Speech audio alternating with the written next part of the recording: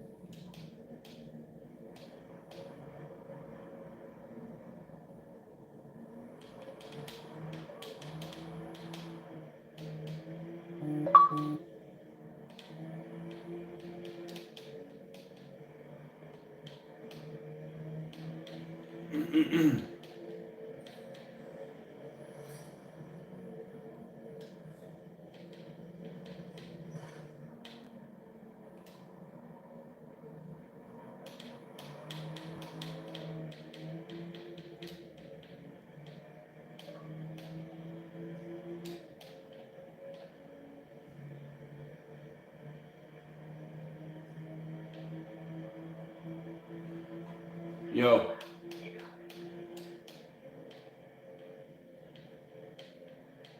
Hello?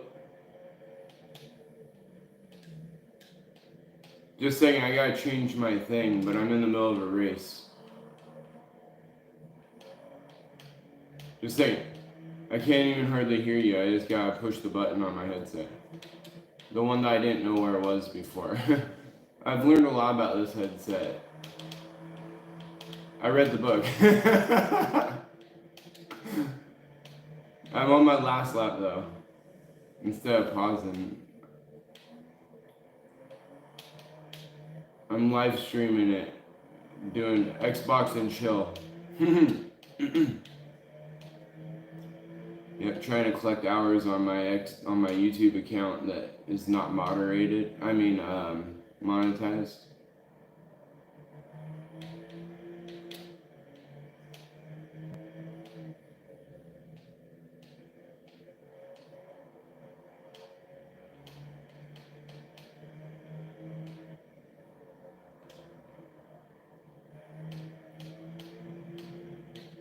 Oh, well then I won't be able to adjust my audio. No, I'll hear you when you get back.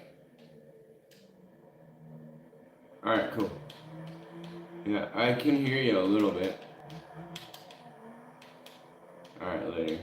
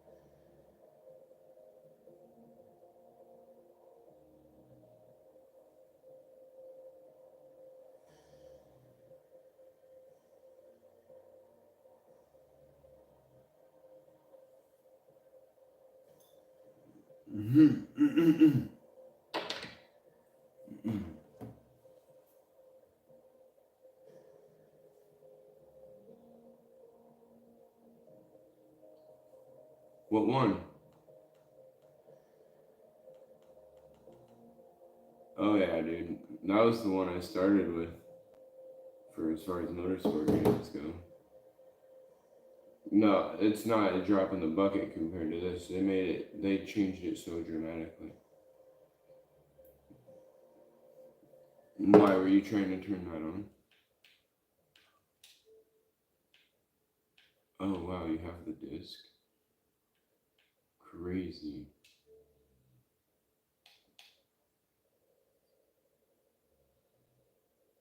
Yeah. Whoa, I can change your audio sound independently. What the fuck? Talk. Oh, maybe not. No. It's changing something though. Wait. Okay, whatever. Let me see what side's chat and what side's game.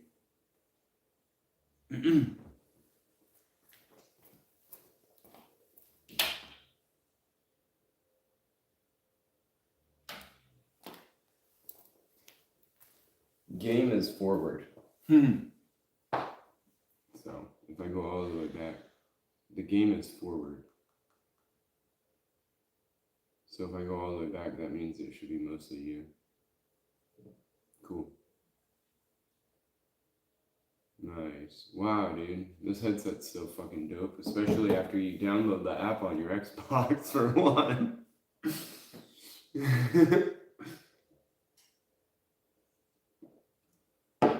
You have to have Xbox Live, which I didn't have until I turned it into your home console. And you have to, the app helps, I think, because you download the Dolby Atmos app, and it helps it know that this headset's on here because it's a Dolby Atmos headset. And yeah. Oh man, I wouldn't even. I recommend you even really drive Forza Motorsports 5 right now, because then you'll just won't have the taste to try this one. I think this one's epic in so many ways. Like, you could change the amount of gas that you put in your car so that you don't have to, so that you're not driving in the track with a heavy car.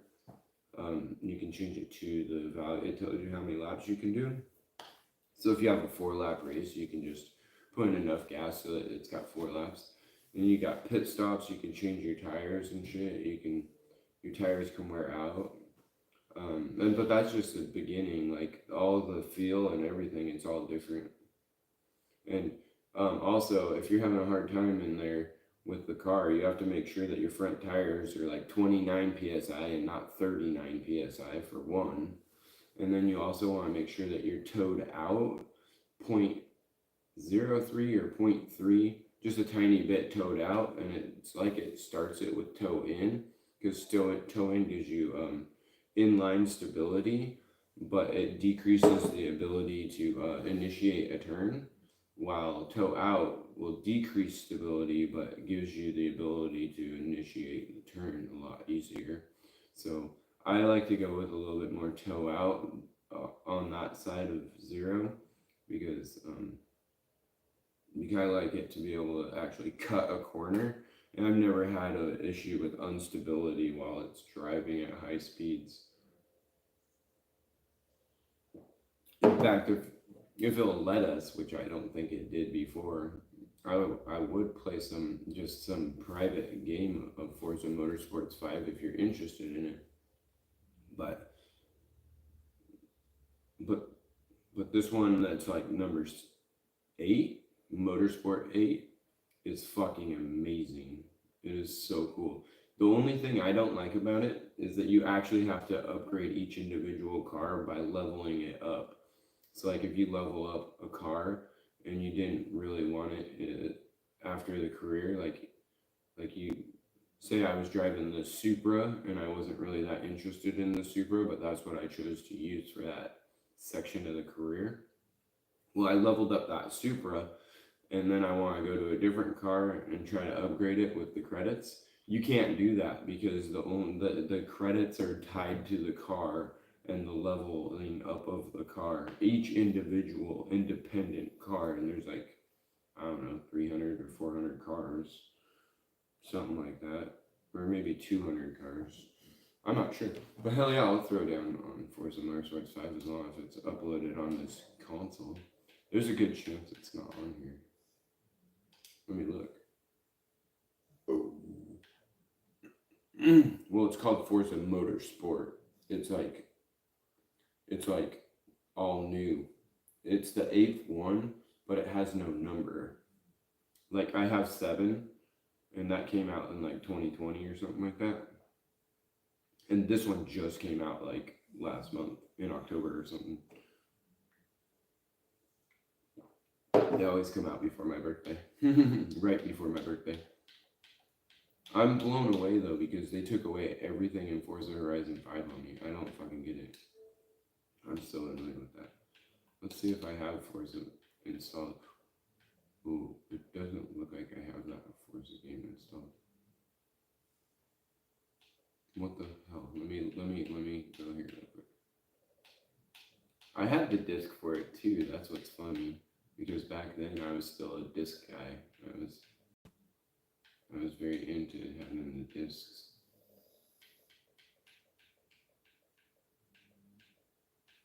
If not, maybe we'll play something different. Because it would be cool to play some private lobby of Forza. But I think you'll like this newest rendition a lot better. I'm not sure. I think you'll like the newest rendition a lot better. Oh, dude, why is it not?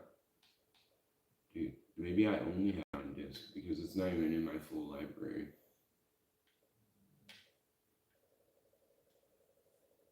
Well, actually, it should be a Game Pass game.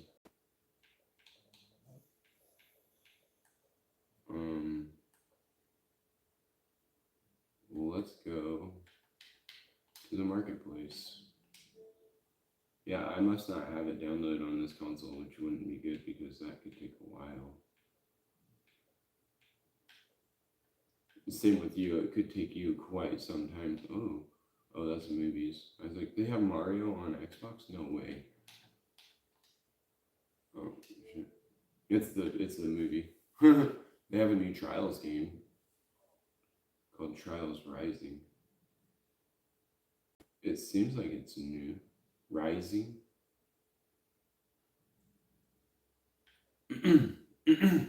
No, I thought it was something else, like Trials Fusion was the most recent one. I'm not sure. It seems new to me. But I don't think Avatar is available for anything less than Xbox XS.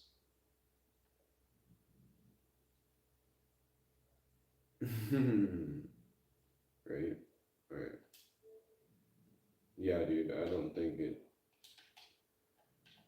And I've learned a little bit about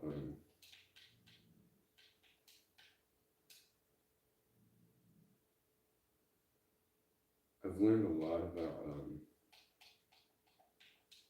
the new console, and oh, there's 6. There's Moses Roads 5. Not currently available. You can't even buy it, dude.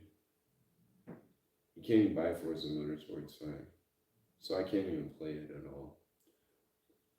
The people took all my video games. I didn't actually go get them personally, but they're all smoke damaged right now, so they have them all in the vault. But they didn't get damaged at all.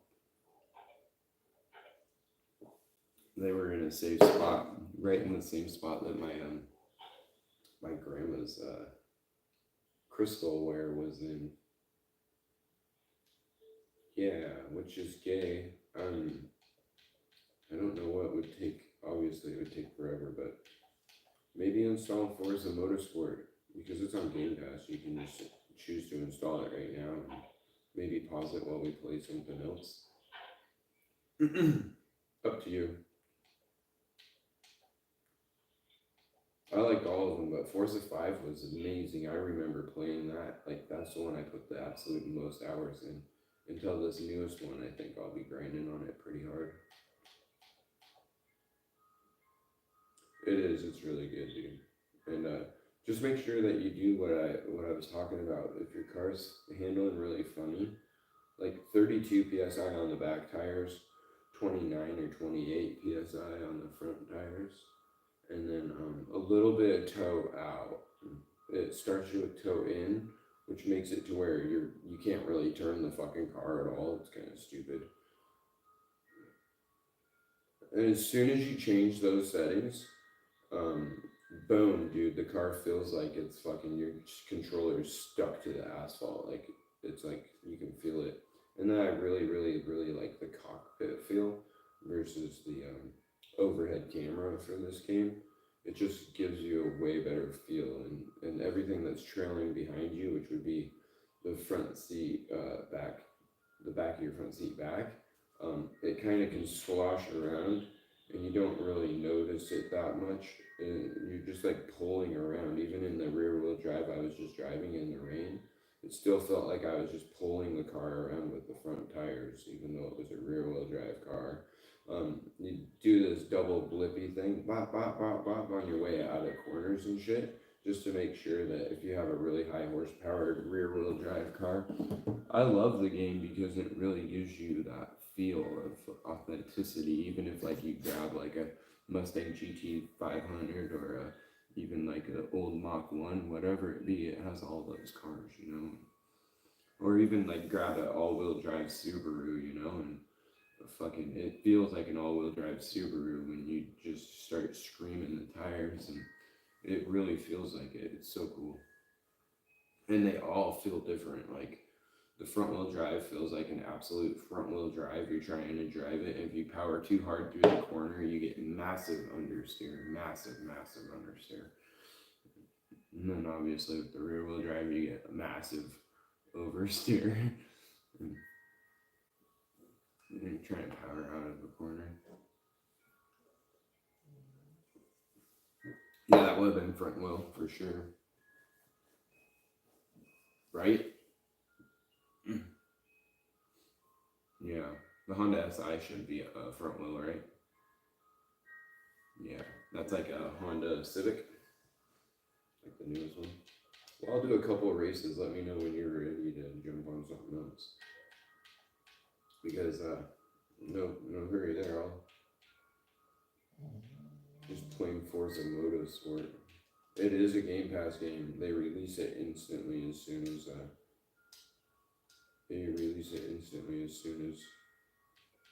sorry. Since it's a Microsoft game, all in all, they actually release it on Game Pass day one. So fucking epic. I'm building up the Supra right now and another thing I like to do with the game is turn the difficulty all the way down and then bring my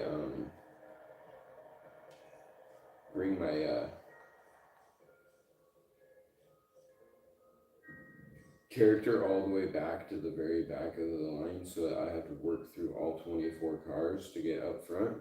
And then I adjust my difficulty from there forward to make it to where it takes like most of the laps to get to the first place position. That way I'm not like cutting through all traffic and getting out front and just going way too fast. You know what I'm saying? Much faster than everybody. But I start off by lowering the difficulty so that I am faster than everybody and making it to where my car, I start out in 24th place instead of 12th place. I could even choose to start out in 4th place if I wanted, but I like to work my way through all the cars, So I can't recall how many of those adjustments Motorsport 5 has. Literally, I got it right away, right? And Bree was born, and why not? There's no way it's only an Xbox X game.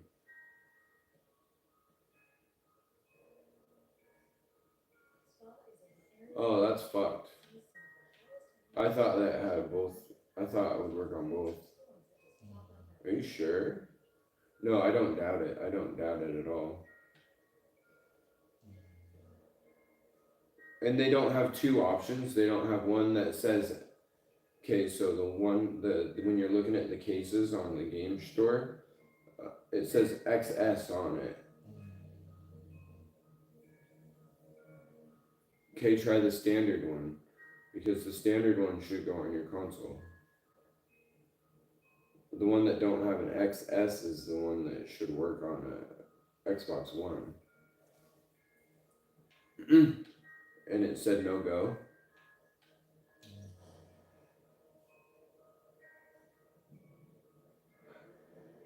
How weird. Like, I can't install the games on a hard drive either and play them from there. They have to be on an NVMe card or a. Just a second. I want to see something. Yeah, M.2. So it has to be on, and they have a plug and play M.2 now.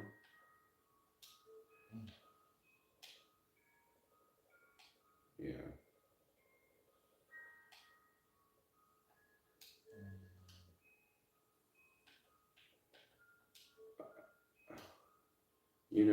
That doesn't surprise me very much with the fact that this game is like 4K 120. Yeah, I mean, it's epic. We just bought Bree a brand new Xbox S for like $249. They're stupid cheap. But what I've learned about the Xbox S X series, the difference between the two is simply that one is only a console without a disk drive, and the X itself, you can actually buy discs and put them in, which is pointless because it won't run off the disk anyways. You have to install that disk on your hard drive anyways, no matter what. And then you have to have the disc in your console to play it if you bought the disc copy, right? So I went out and bought the first game I ever bought for my ex was a Avatar game. I bought the Avatar game as the first game for the X when we were in the hotel, and I installed it. It's a 2 disc thing, like 120 gigs or something like that. And that'll lead me right into the next part of this conversation. It's funny because I'm live streaming this right now, so anyone that watches it back is just going to hear this whole conversation. That's okay because it's good information. I bought that Avatar game and I installed it onto my whole console. And there's 2 things about that. You have to have the disc in to play it, but all that content takes up my 1 terabyte, takes up part of my 1 terabyte, which is actually only 800 gigs after the system's, the system has its own stuff on there too. So I have a 1 terabyte console, but it's only 802 gigabytes that's available. So it's 120 gigs. That's already like fucking 1/7 of 140 gigs. Yeah, I know. I have that on my console too. And I was going to get into that part of the conversation in a minute. As you can tell, I have 300 gigs of my 800 taken up off of 2 games, Nick. And so this is the next part of the conversation, basically, is the M.2 that you can get is $349 for a 2 terabyte M.2, which to get a 1 terabyte M.2, which is $189. A 1 terabyte ain't gonna do much good when you can only hold 8 to 15 games, depending on size, per terabyte. I got to my console the other day, and it was 99.1% full on memory. I was like, what the fuck is that? And it blew my mind. So I actually pulled out a calculator and went through all the games and added up all the sizes real quick. And it was like, and I guesstimated, but it came out to like 804 gigs or something like that. I was like, oh my god, all my games literally took up the whole console space, the ones that landed on it. And on the back of the console, I have an SSD, right? That should be fast enough, right? SSD. Well, however, it's connected with a USB 3, right? Yeah, 3.0. And that's not fast enough to run any of the SX games, right? You can only put on like a Xbox One game or an Xbox 360 game, anything that doesn't say X and S on it. So I moved all my games over one night over to that HDD, and that wouldn't let me play the games anymore. Kind of like they're on an Xbox One now, because of the speed. And that's when I found out that in order to hold your games, you can transfer them from the HDD or the SDD rather. SSD, sorry. You can transfer them from the SSD back to your internal at like 220 gigs a second or something like that. But that's what it says, but it still doesn't go that fast. It goes kind of fast, but you'd be transferring them back and forth if you only had the 1 terabyte console. And that's why they're so cheap now, because you can get the console for like under $300 or something like that, because you have to buy a new M.2 drive and plug it into the back of it. So that's basically what it comes down to. Not only do you have to buy the new Xbox SX console, but if you want any more than 6 games on it that are like the highest level games, like what you're looking at right now for 140 gigs, if you want many of those on it, you can store them on the SSD, like I said, and then just like pop them back and forth and move one off and move one on, and so that seems like a hassle. Or you can have these M.2 drives, have one or two of them at 2 terabytes a piece, but they're $350. They're a little bit more than the whole console. That's why the console really isn't that expensive anymore, because you don't have much until you buy a new M.2 slot thing. However, to just jump in on an Xbox X is relatively cheap right now, because I don't have an M.2 drive right now, and they all come 1 terabyte. I just have an SSD plugged into the back of it, and I moved Starfield, which was another 120 gig game. I moved it off, and I moved a bunch of other games that I probably won't play off, and put it on my my spare SSD card. And they're not playable from there. I can go and click it, and it'll say, "You can't play this from here. You have to install it to your internal." And so I did the due diligence of figuring out what kind of card I needed, and it turns out it's M.2. It's got a slot on the back on the console, and it says something about some type of expansion, memory expansion slot. So that's the only slot that you can put something in. Obviously, you can't do it on a USB port. So it does have the slot right in the back of the consoles. And like I said, though, 2 terabytes is $1 or $2 or $3. But yeah, that's kind of sucky. You want to play Riders Republic then? Because I just downloaded that, or whatever. I could play Division, whatever. Let me see where I'm at in this right now. I'm racing right now. Let me finish the race.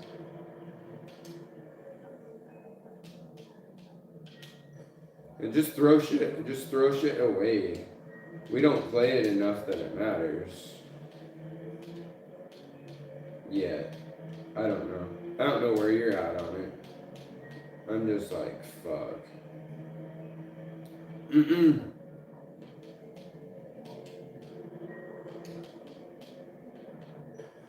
I know I have this cranked all the way to fucking chat mode right now, and the game just sounds incredibly loud, which is crazy to me.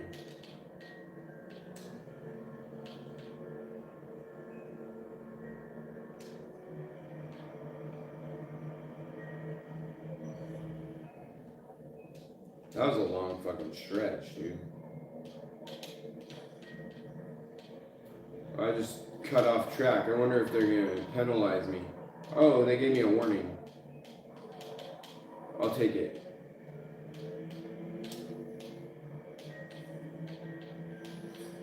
Hell, oh, I can't. They don't sell on the Xbox Game Store. They don't sell fucking Motorsport 5 anymore. Maybe we'll do 7 or something. They don't sell 7? I own it though, I think. Oh, but you can't buy it. No. Well, maybe you gotta log in as me and then download it. So they all became obsolete when they launched this shit. I have the disc for Forza Motorsport 5. And it was the first one that was super dope. I was basically getting to it already, saying that it came out 2 years before Brianna was born, and I remember just playing it all day and night while Tiff was taking the first months off that Brianna was born. I just played Forza Motorsports 5 all day and night.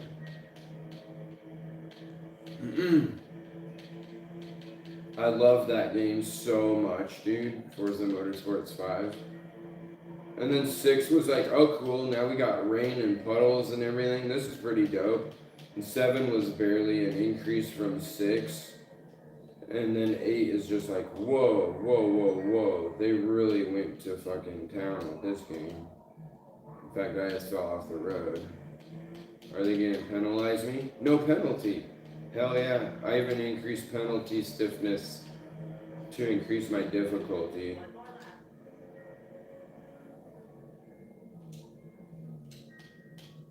That's a bummer though, dude. I'm kind of upset that they don't have a 60 frames per second variation of this game for you guys on Xbox One.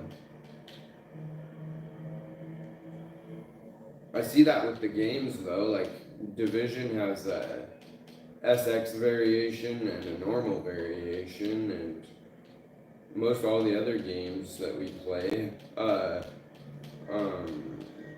even I think Riders Republic, maybe not, but like Shredders, I think it has a standard variation and an SX variation.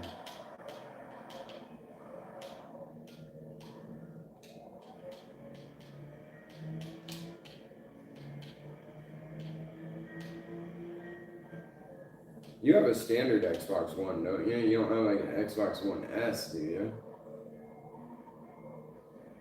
Yeah, I thought so. Xbox One S was the first introduction into a non-disc console. That's when they dipped their toes to see if people will still buy a console that doesn't have a disc drive.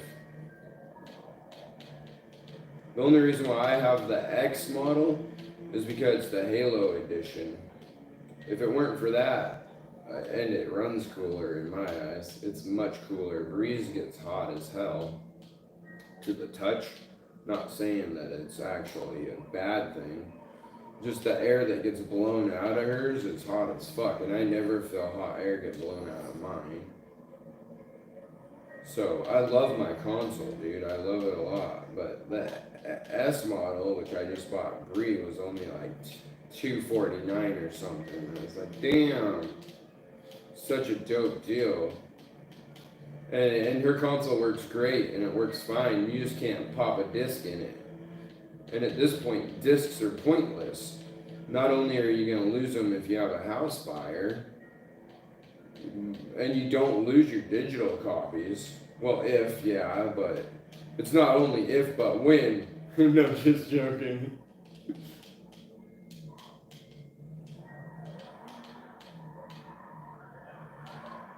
Yeah, none of my hard disks got harmed. I had hundreds. They were all in that basement bathroom, which the basement bathroom's wall caught on fire, but none of the stuff on the vanity, which is closest to the concrete wall, got damaged at all. But that wall caught on fire because right outside that wall of that bathroom, on the concrete wall that goes towards my back deck, that's one of the windows that got blown out when the propane tank exploded. That window and Brianna's window, which would be directly above it on the porch, and the glass slider, which is directly next to Brianna's window. All three of those absolutely guaranteed got blown out at the moment of the explosion. And because there's a ton of fucking fire damage down there, and the window's gone completely. There's a little bit of melted plastic vinyl hanging down in the concrete, but in that particular window bay, where it used to be down in the basement, and where the wall used to be for that bathroom that separated the basement and the bathroom, those floor studs are fucking torched, dude. Absolutely fucking torched. So there was a lot of fire down there, particularly where that window bay is. That would be under Brianna's window on the others, on the other side, the glass slider, because the other window that's in the basement on that same wall is basically directly under the slider. And it was broken out too, but I don't know who broke it out or if it blew out or not, but most of the vinyl's still intact and none of the studs above it are been torched. That's why I know for a fact the propane tank blew out the other window because how much burnt damage there is down in that single spot. Because the fire would have never went downstairs, you know what I'm saying? It didn't have any reason to go downstairs.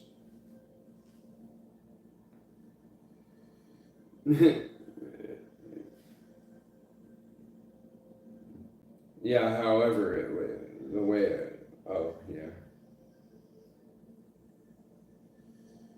Yeah, it didn't work its way down though from inside. It actually came through that window. And not diligently either. It was forceful. Like, yeah. I'm no fire expert, but yeah, but I can tell that I'm pretty certain that window got blown out.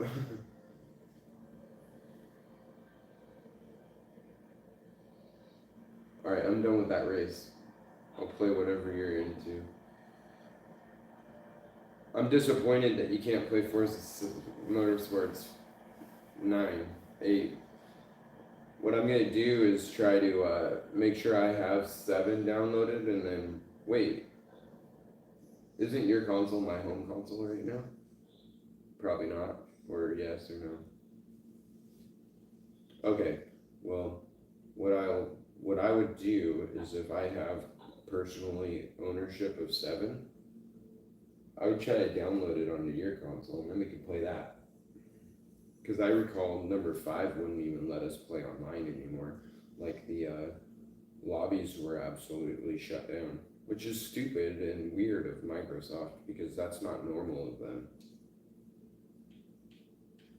for their games generally. Do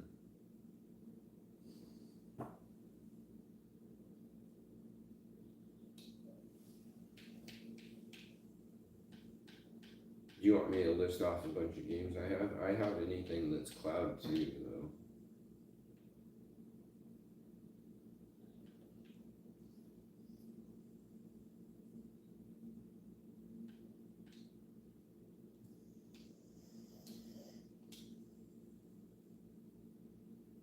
Wait, what was it saying just now? Pick a car, pick a track, go race. Yep, that's right. It's just describing that gameplay mode.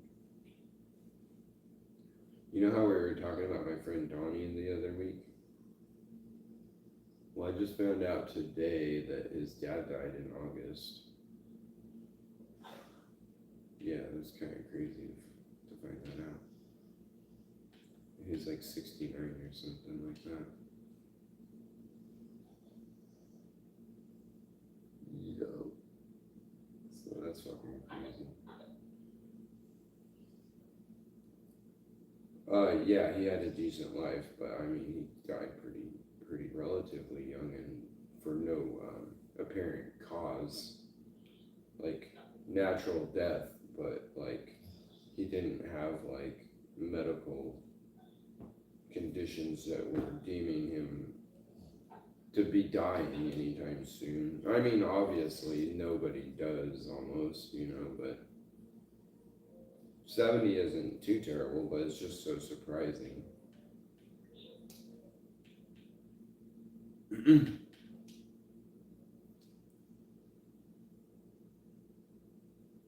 Oh, whatever. Like hurts and feels like as in what though? Because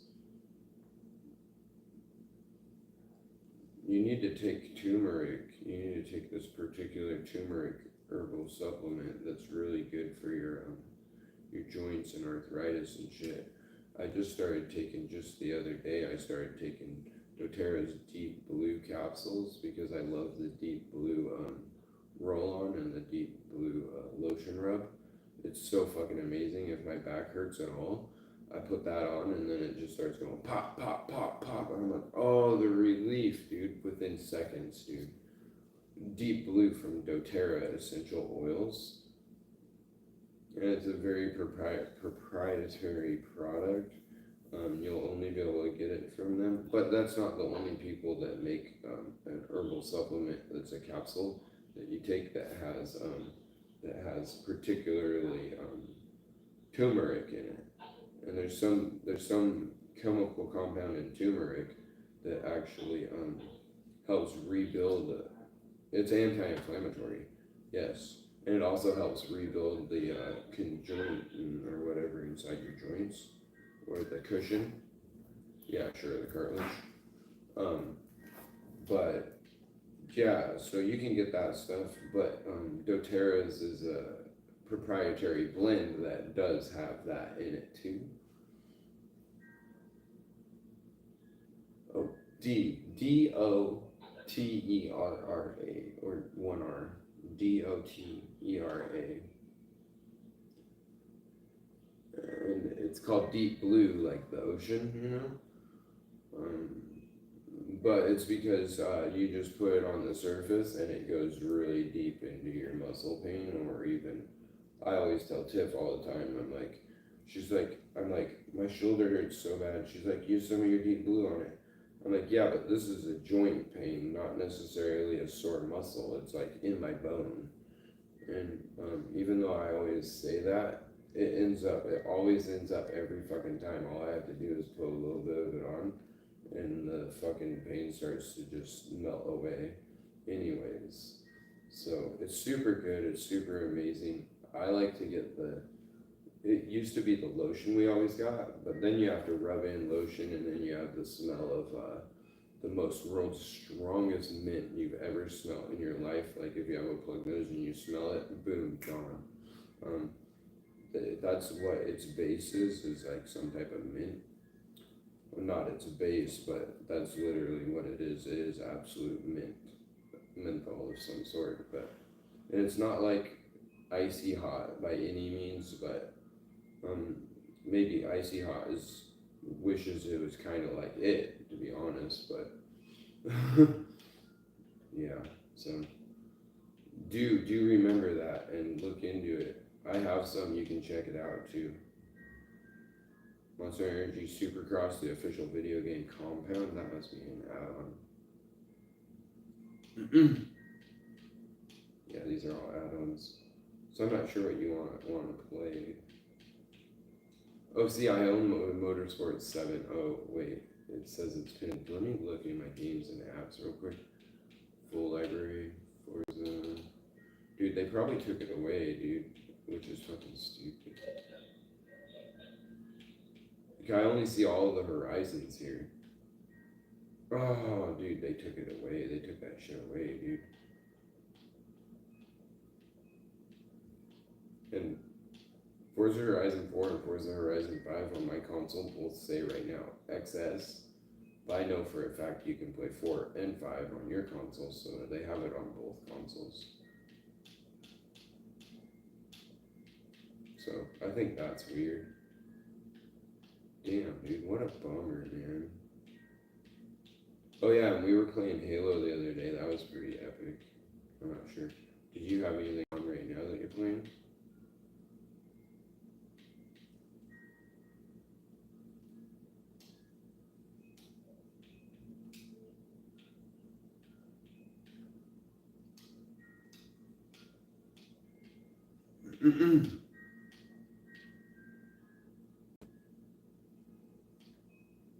I have Wreckfest and Riders Republic. MXGP 3. I have any Game Pass game, especially if it's a cloud playable. Yeah, because I can play any of the cloud games, I believe. But I'm not seeing any cloud games right now. Oh, you know why? Because you're probably not allowed to play cloud games right now. Oh wait, no, it's because I'd have to be signed in as you or as Tiffany, because you can't piggyback to play cloud. That's right. You can't piggyback. You actually have to be the Xbox Premium card holder. Right now, I'm just on just me. So if I signed in Tiff as a secondary then all of a sudden all the cloud games will show up and it will allow me to do it because I don't have gold at all because um, once we really figured out how to manipulate the system, we only do it on one, no matter what. And right now, Brianna's console is Tiff's home console, so that Brianna has Xbox Live, and right now my console is the console I'm playing right now, which is my Halo console, is actually your home console, so that I have Xbox Live without having to sign in as you.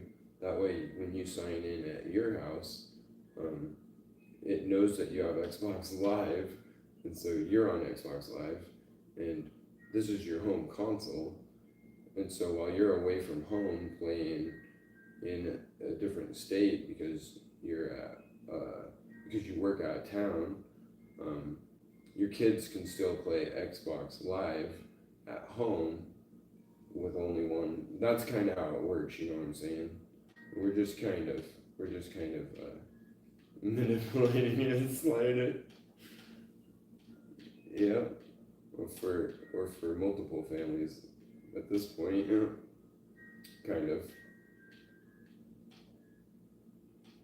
Yeah, it thinks it's for a household, but you can share it to whoever you want if you trust the people.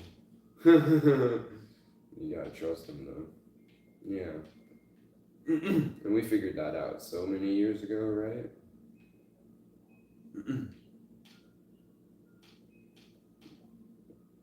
Yeah, that's why I just came to that conclusion of, well, if you're out of town because you work out of town and you take your console with you, your kids still will need to be able to play online, and you can play online still because you left your home console at home, but you're taking your work console with you, and all you have to do is sign in on your work console. Or even if the hotel you're at has a console, you just sign in there, and it's not your home console, but you're signed in away from home, and it gives you Xbox Live and all the benefits of it, all the Game Pass games and shit. No, Xbox is fucking awesome because you get all this stuff for a very low price. I think it's what, like $59 a year? It's like, Jesus Christ. Yeah, Game Pass. Oh yeah, $15 a month, depending on what level you get it. That's right.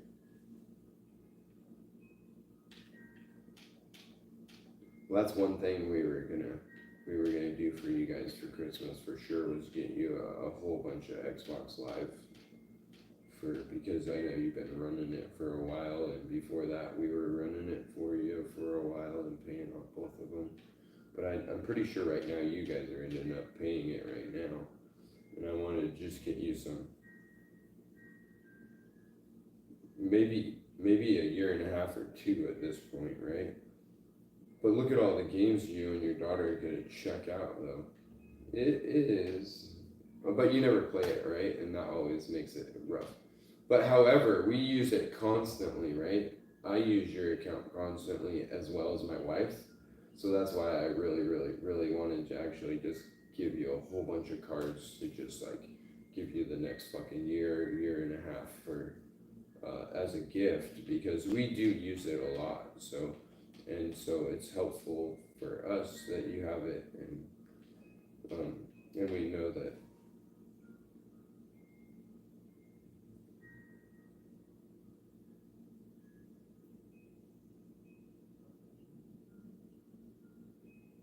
Well, I'll definitely for Christmas I'll kick you a whole bunch of cards that will renew that shit for you. If I saw that it was canceled, I would pay for it to be renewed anyways. So because I need it. That's the only way I can run Game Pass on my console. So the moment that you cancel it, I'm gonna start it back up anyways. So you see what I'm saying? So it won't be canceled by any means because you guys can cancel it, and I'm gonna end up starting it anyways. And I have your sign-in information in my debit card, so It'll happen no matter what.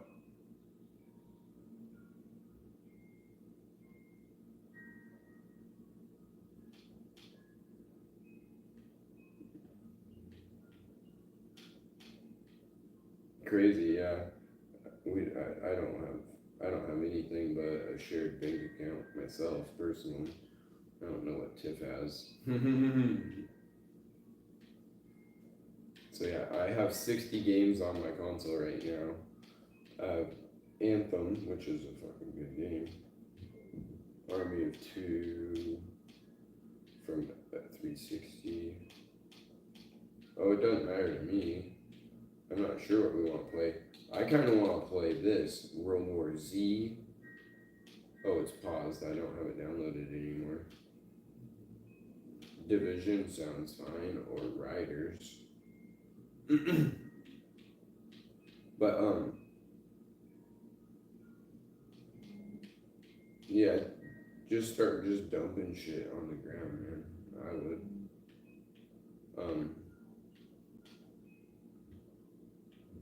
Because you get more of it back already anyway. Wreckfest, I got Wreckfest, which you're probably not that interested in. Obviously, Riders Republic. It's not bad, but it doesn't feel realistic by any means. I have Hot Wheels Unleashed, which is more childish, but I haven't got to play it much. It should be pretty fun. It's a Xbox Game Pass game, and you should be able to download it on your Xbox One. MXGP3, you own that, I believe, and that's the only reason why it's on my console is because you own it. I got these stupid. Nice. I got the stupid games Goat Simulator. You must have a digital copy too, or I have the digital and you have the hard. Yeah, if you don't have a digital, then it's just mine. And that makes sense because Bree can't play it unless if I actually bought it again. That's how we get in a pickle, and that's how I always end up buying games on your profile, is because if I don't do that, then Brianna can't actually play them at the same time I play them, if that makes sense. Because she can't be signed in as me on her console to give her the game that I own while I'm signed in as me on my console at the same time. But there's a bunch of games that we own, like Tiff owns it and you own it. And if Tiff owns it and you own it, like Division, then Brianna can play it in her room, I can play it out here, and you can play it at your house. We can all three play together the same game. Yep. And even at that, if we had one more console, then Tiff can play. We can all four play it because Tiff can sign in away from home, and Brianna's on home of Tiff's Xbox. You see what I'm saying here? So 4 people can play 2 copies. So we can all 4 completely fill the entire lobby on Division together if we have 4 consoles and we were all 4 playing together, because we have the 2 copies. We actually have more than that because I own Division also, because before you bought it or whatever, I already owned it, and Tiff already owned it, and then you bought it.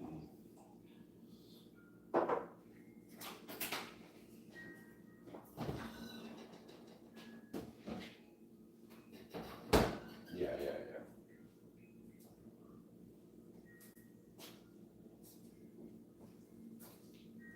I've bought a lot of games that way.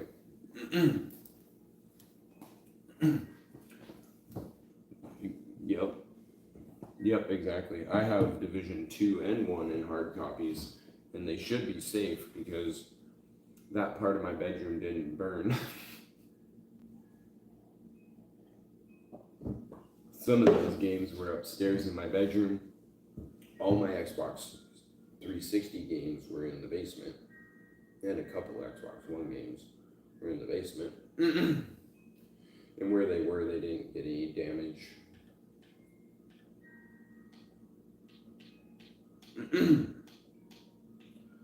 duper lucky. So yeah, any of it, dude. Destiny. I don't know if you have that downloaded. Looks like I have DayZ. Yeah, I don't have Destiny 2 downloaded at all.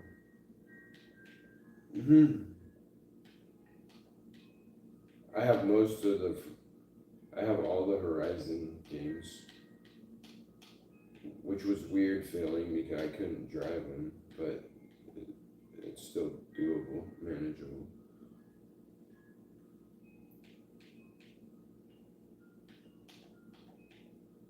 Okay, so Riders Republic or whatever, Halo Infinite, that's cool. Forza Horizons, or anything that you want to mention. Let's get into playing Dying Light eventually too. That would be dope. We might have to buy a new copy because it looks like it's owned by Tiffany. Because it has a caution sign on it for me. That means that somebody owns it that's not signed in. And that means you don't own it because this is your home Xbox. So if I bought Dying Light again, I'd buy it under your name and then we both can play it. And Tiff already owns it, so even Bree can play it, but it's only a 2-player game, I believe. Dying Light was epic. Well, I don't have Dying Light 2 either. No, you can't because it would be on here already. Especially if I go full library. Let me see.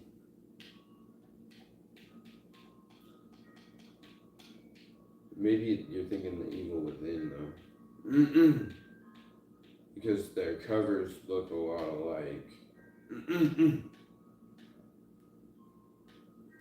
Yeah.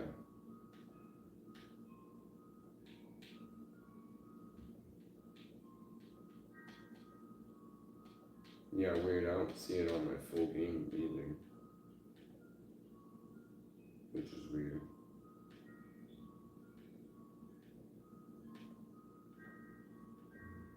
I only bought the first one and I only played the first one, and Tiff and I played it all the way to the end. But we did have a disappointed moment in that game because for whatever reason, the very, very, very, very last piece of the game, like to finish the game for real, finish it at the very end, which is how far we made it, you actually have to play it solo. Kind of like how sometimes you have to play a game solo to start it. The very last boss was like, you can't play fucking co-op. It's like, what? Like, Tiff isn't even interested in trying to play it by herself, you know, so that automatically made it to where we pretty much stopped the game at the very end. But it was a really fun game, though. I think we told you a lot about it. It's like pick up anything in the world as a fucking weapon and try to make sure that you're not in sight of the zombie creatures at any time or else they'll chase you down, and it's such a scary game, like absolutely just horrifying.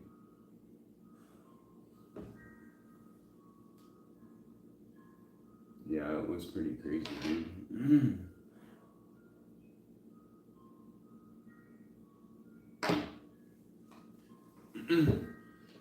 DayZ is like a survival game against zombies. It's kind of like what's that one game? Yeah, DayZ, just day and then the letter Z for zombie. It looks like it says Days, Dead by Daylight. Yep, there's that too. But DayZ is kind of like, do you know what that game's, PUBG? Have you ever heard of that game? PUBG? Well, it's kind of like what, you remember how Call of Duty made that open world mass multiplayer shooter where the zones close in on you and it gets smaller and smaller and smaller? DayZ's just like that exact game where you start out with fucking absolutely nothing and you get dropped into the middle of the world and it's a zombie apocalypse and you gotta collect like fucking survival supplies and you gotta collect weapons and If the zombies get to you before you get a weapon, you're basically trying to run from them or fight them off by hand, which ain't possible with a zombie, but you know what I'm saying though. Like you could probably pick up like a fucking pipe off the ground and start swinging it or whatever, but I'm telling you though, we need to do World War Z again because that shit's fucking crazy. But then there's this new one. Just click it real quick. Zombie Army Dead War 4. Take a look at that one for the actual trailer. Look at that trailer. I'm gonna watch it real quick and see if it's as epic as I remember. It's like Call of Duty Black Ops Zombies. It's like Black Ops Zombies, but an actual game instead of a piece of the game. So.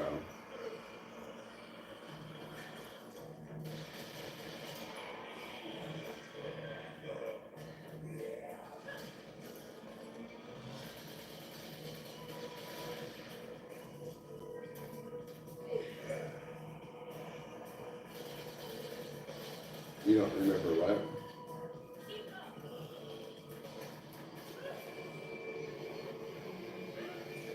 Huh.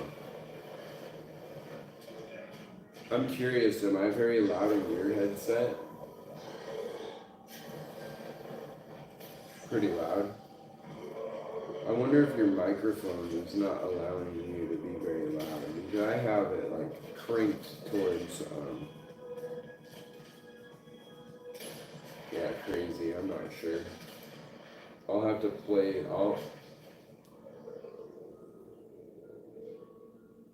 Yeah.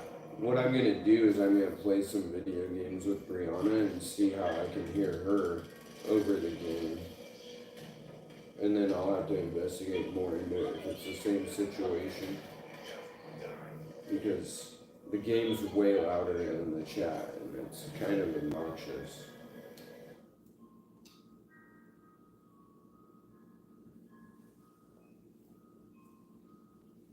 But it won't work on a wireless though.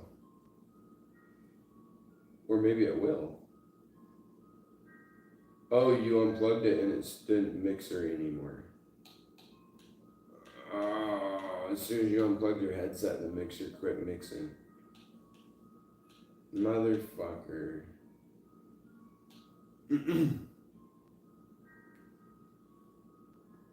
Well, maybe I'm missing one setting inside the Xbox still that I haven't quite found yet, which is very well possible.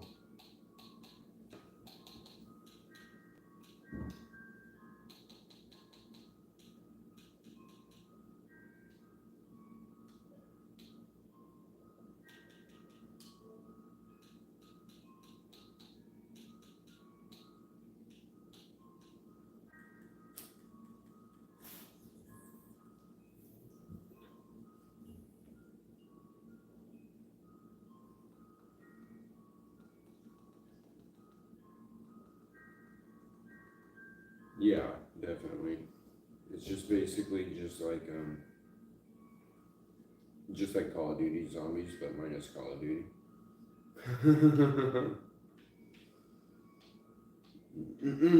Somebody had to do it, right? So it sounds like we're down to Riders Republic, MXGP3, or a Forza game. So pick your poison, or obviously Halo, as we were playing already. Blows my mind that Halo Infinite is actually letting you play it because that came with the game in the console. Well, let's hop on Riders Republic then, until we find different stuff that we want to play.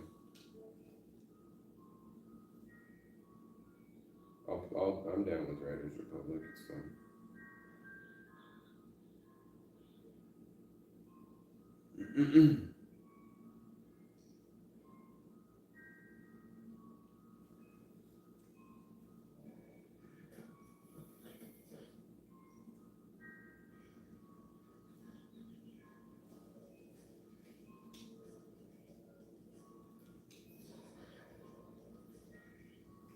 I tell them guys to go to hell all the time.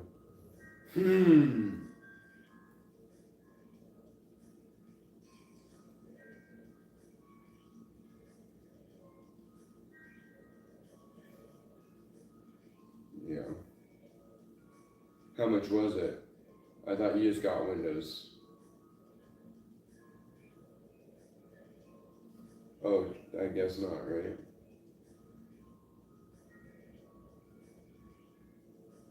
Mm-hmm.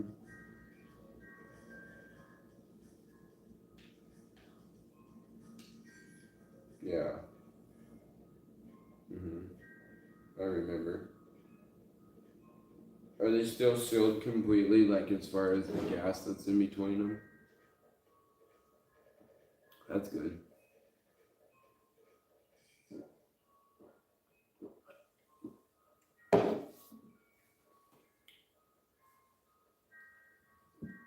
Well, that's cool.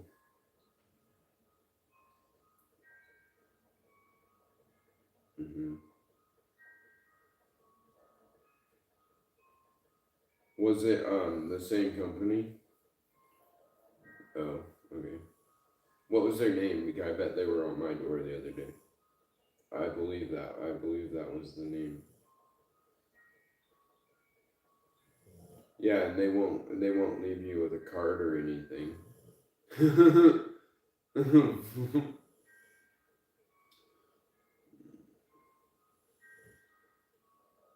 Yeah, similar. Yeah.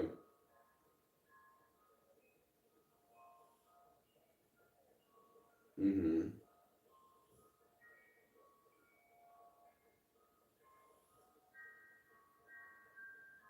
Double. Yeah.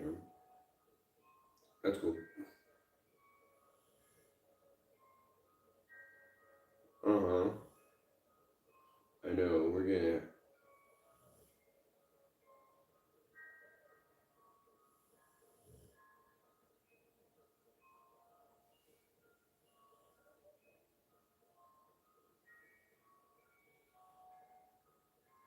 Yeah, we'll be getting the most expensive window we can get too, but they're not gonna be installed by somebody like that though.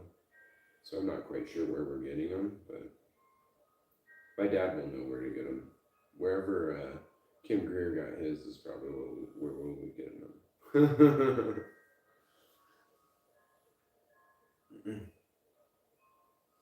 Yeah.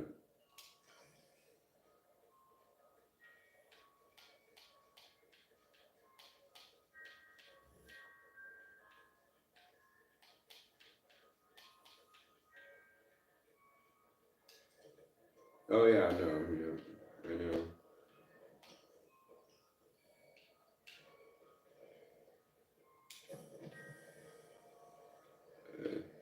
And then they suck, but you still have them because they're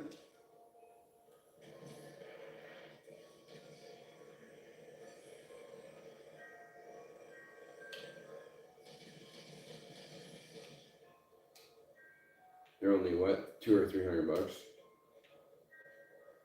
Yeah, so you can replace them fucking 20 times. It sounds like you get way more out of the Lowe's window. Yeah,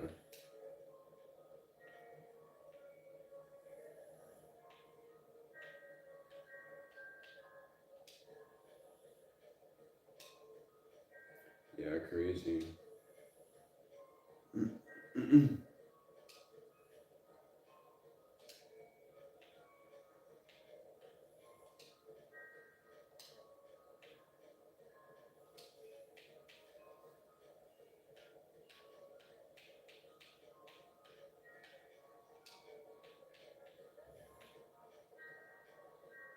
Right?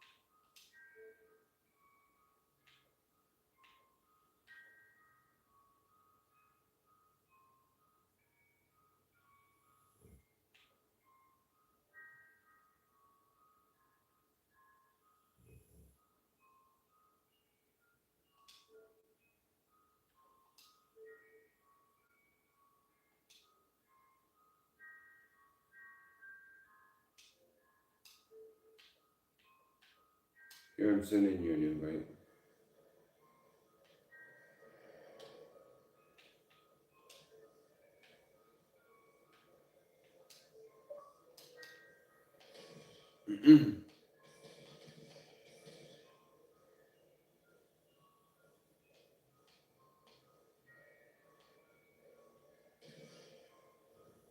That's bungholio that you can't play the new motorsport game though still.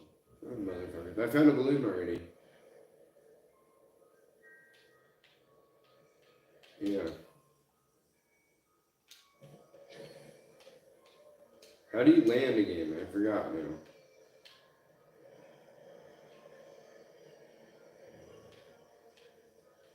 Right on the D-pad? Oh, you wreck. You just crash. I don't know what landing is yet.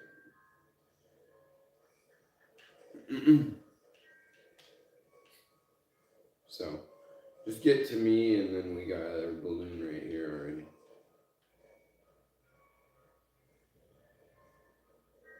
Okay, cool. That's not good. I don't like that one.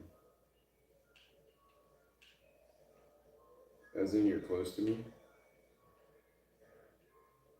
Okay, cool.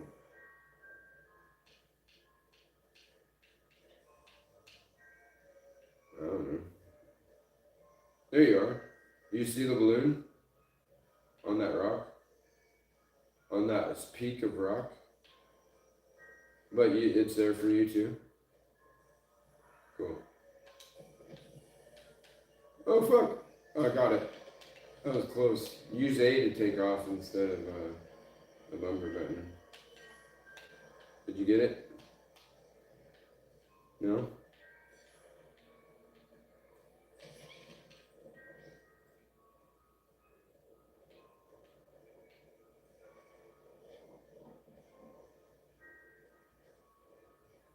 Did you get it now?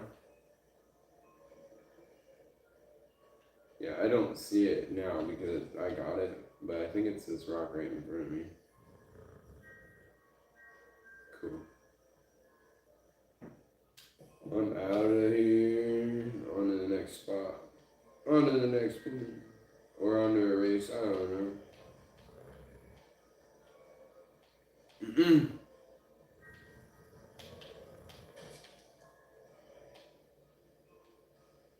Oh my god. Oh, okay. I'm surprised they even have one. Wow. I get that. Yeah, that era. I won't find any WRX or STIs out there of the 2001s because they've been hoarded. They're hoarded by everybody that wants that car. Everybody that owns that car already bought it before it makes it to they won't even send that to the pool and save. They know that everybody on Marketplace wants it. Yeah. I need some more of them now. I have 2 of them, but...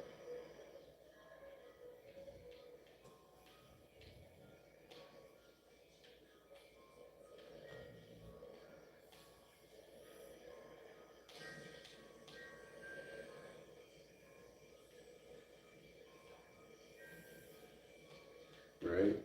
Not me, I don't use Facebook that much, but... One of these days, though, I would like to get a hold of 2 more of the WRXs that we already have and just make the 2 best of the best. And boom. I need to get another silver one that's in perfect body condition. That's what I need, because mine's kind of hacked. But, whatever, it is what it is. Well, it's weathered a bit now, it's not that bad, but it's got rusty quarters and stuff like that, because it came from New York. My car was originated from New York. I didn't know that when I bought it. I had a couple questions to the dealer about the rust that I saw, and they're like, they all do that, like on the strut towers and stuff. I'm like, huh, that seems like a lot of rust. I bought it anyways because I was just like so like, oh god, I want this car so bad. And I still love the car, but if I could find a silver one that's straight and fucking drives good and I can use the chassis and body of it, I would do it. Without the rust. No, 2001. Oh yeah, I know, I've seen them. Like the 19s and the 16s and the 17s. Mm-hmm.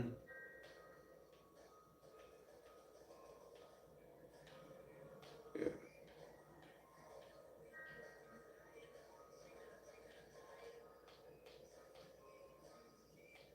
Kind of cool, but really one of the legends. Oh, actually, there's a few legends out there. The WRX and the Bug Eye is one of them.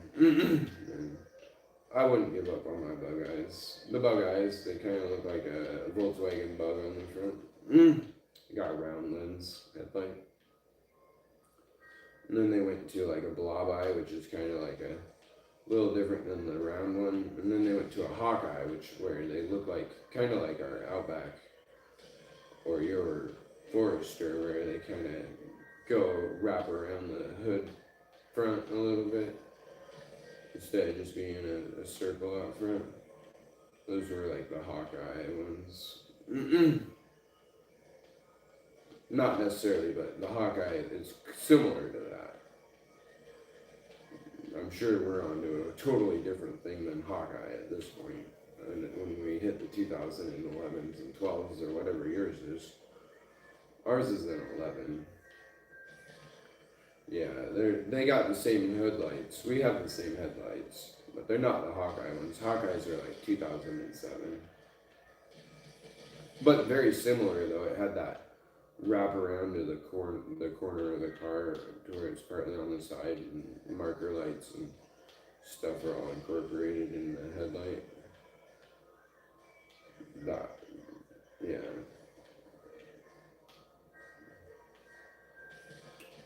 Just in general speaking terms of Subaru people, the car I have is called a Bug Eye. 0102 in its own. Maybe even the 3. But at 04 and 05, it turned into a Blob Eye where it looks the same, but there's a square side on it too. It's all round, but then there's a square edge on it. Where they extended the headlight a little bit to the outside edges. Or maybe it's on the inside, I'm not sure. I should know, being a Subaru enthusiast I am, but I don't own one, for one. And I prefer the Blob Eye. I prefer the Bug Eye anyways. If I got a Blob Eye car, I would take the front grille and the front hood and the fenders off and put on the Bug Eye anyways. I prefer it. Some people preferred the Blob Eye, and in fact, they're all interchangeable. I could take my front hood and my front grille and my front bumper and my fenders off and put on the actual Hawkeye, sorry, and get the 07 look on my 02. They all fit the cars.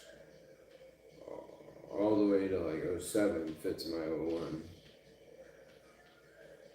And then 99, now you have like what looks like a legacy headlight or the older. As soon as you go back to 99 or 2000 or something, it's where you get the 22B STI, which kind of has like almost like a Acura headlight. Not the round Acura headlight, but the square, long, the rectangular one. Yeah, that Acura, that's what the 22B looks like, which is a 99 2000. That's the first rally car that made Subaru actually on the map as far as,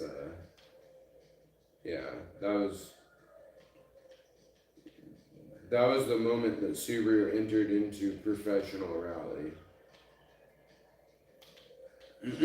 Before that, Subaru was just a junky car, which it wasn't ever junky anyways.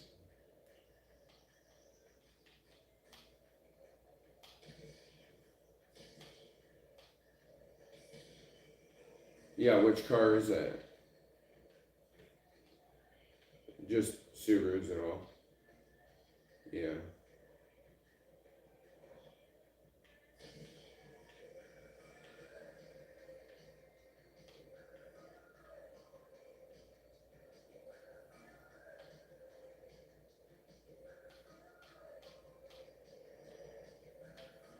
Barry really gets stoked by this stunt challenge. You gotta ride down half dome and get to the crest below. Quicker the better.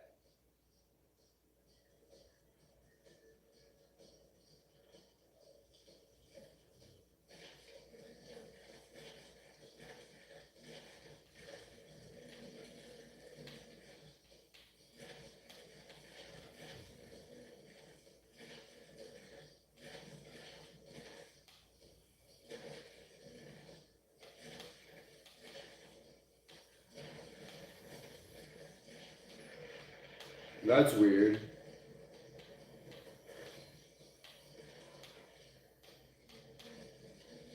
I wonder why not in California.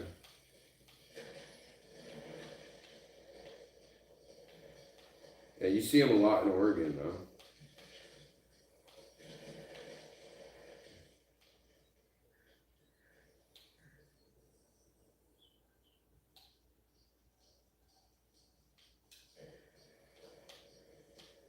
Interesting. Right?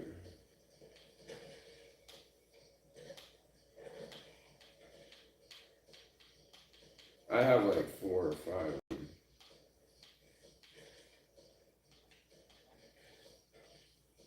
The Subaru.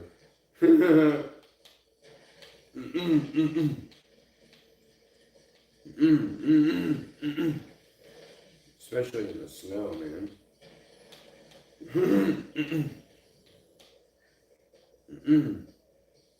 Well, for one, your Subaru is a lot newer than your Jaguar, but that's not the only reason.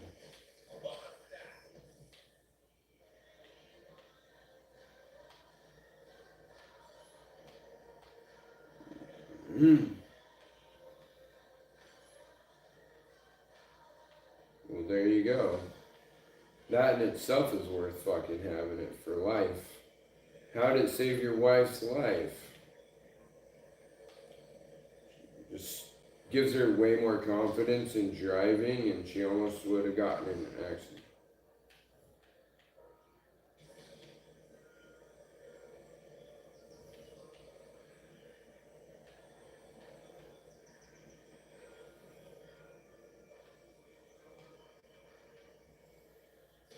No, but I can picture it.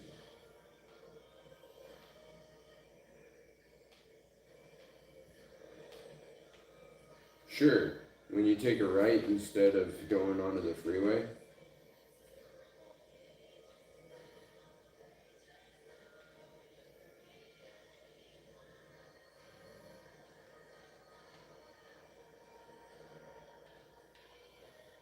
Cool.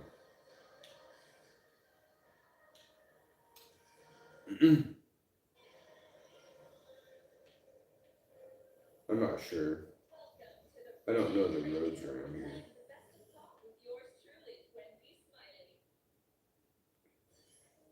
Flint? No, that's just a side road.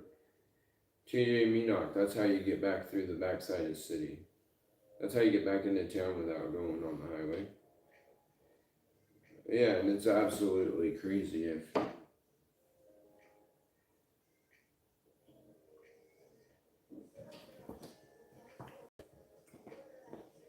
yeah. Yep.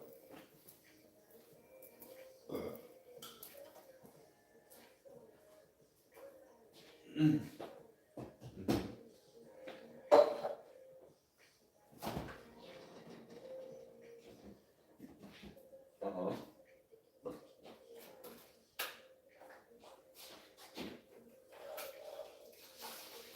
Okay.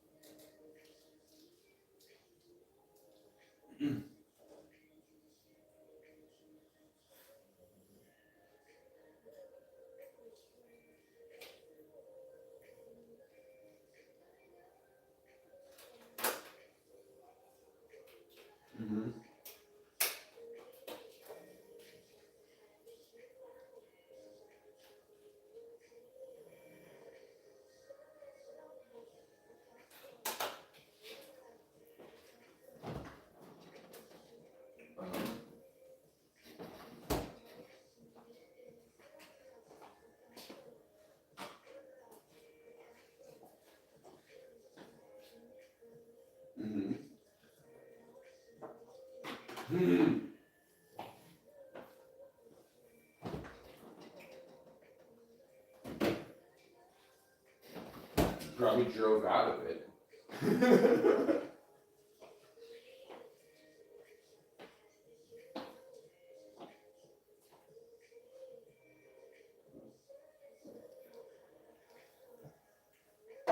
Uh-huh.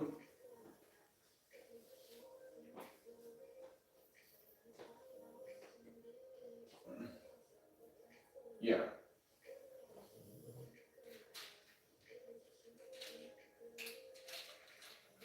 Absolutely. She went around all 25.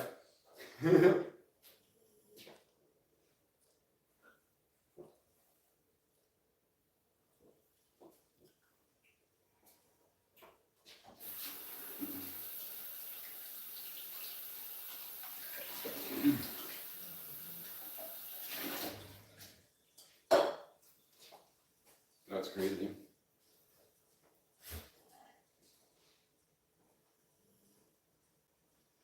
Yeah. Fuck yeah. You know what? You wanna know what my experience is with my silver Subaru, my silver WRX? I took it on unplowed conditions up to Mount Spokane into the parking lots, and I was effortlessly, absolutely effortlessly driving it around in all the parking lots and to the. We even drove it to the Selkirk Lodge up there. In snow that was deeper than my hood was tall for hours. And it never got stuck and never thought of a single problem ever.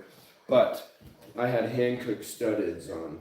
Hankook, the most highest, best, knobbiest ass studded tire that you can get.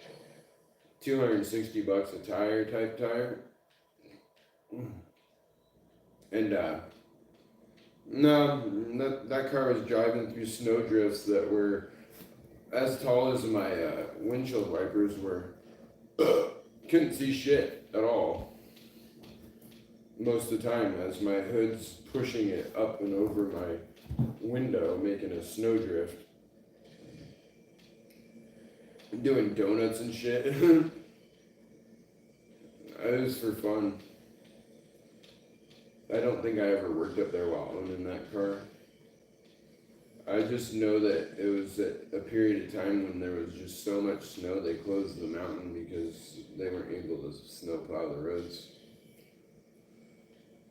And I drove up there and just was like doing donuts in the parking lots and shit and just fucking mobbing through these giant drifted snowbanks and shit. And like this general snow was about as high as my headlights, and the drifts were anywhere between above my hood and halfway as tall as my window that I would just be blowing through them.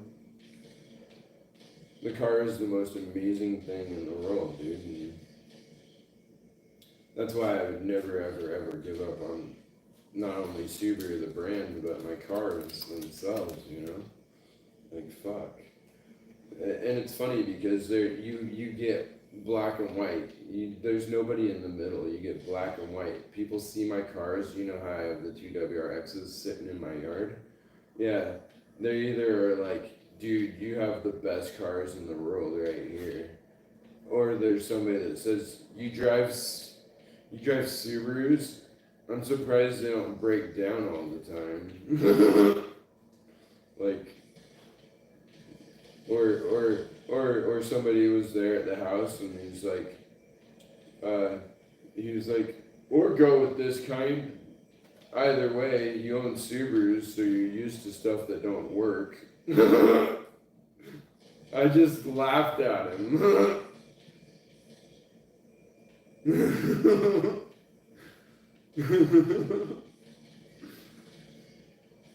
He was driving like a fucking BMW or something like that. I don't know what it was. Oh no, a Lexus. But nonetheless, I just laughed. I was like, whatever. No, I don't want that stuff that doesn't work. We were talking about heat pumps. And he was like, or get the other brands. It looks like you don't mind having stuff. You got a bunch of Subarus. You don't care if shit don't work around here. Something like that.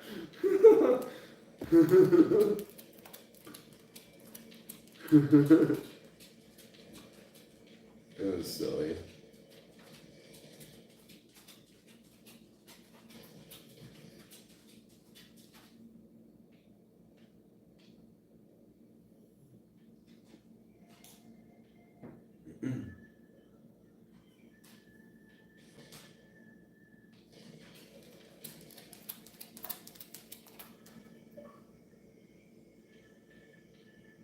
In your Forester? Yeah. Yep, a tank.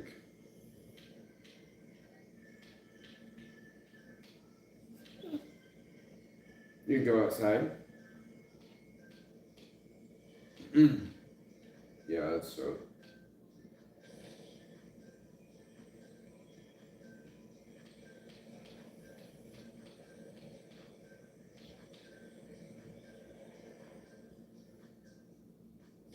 Right?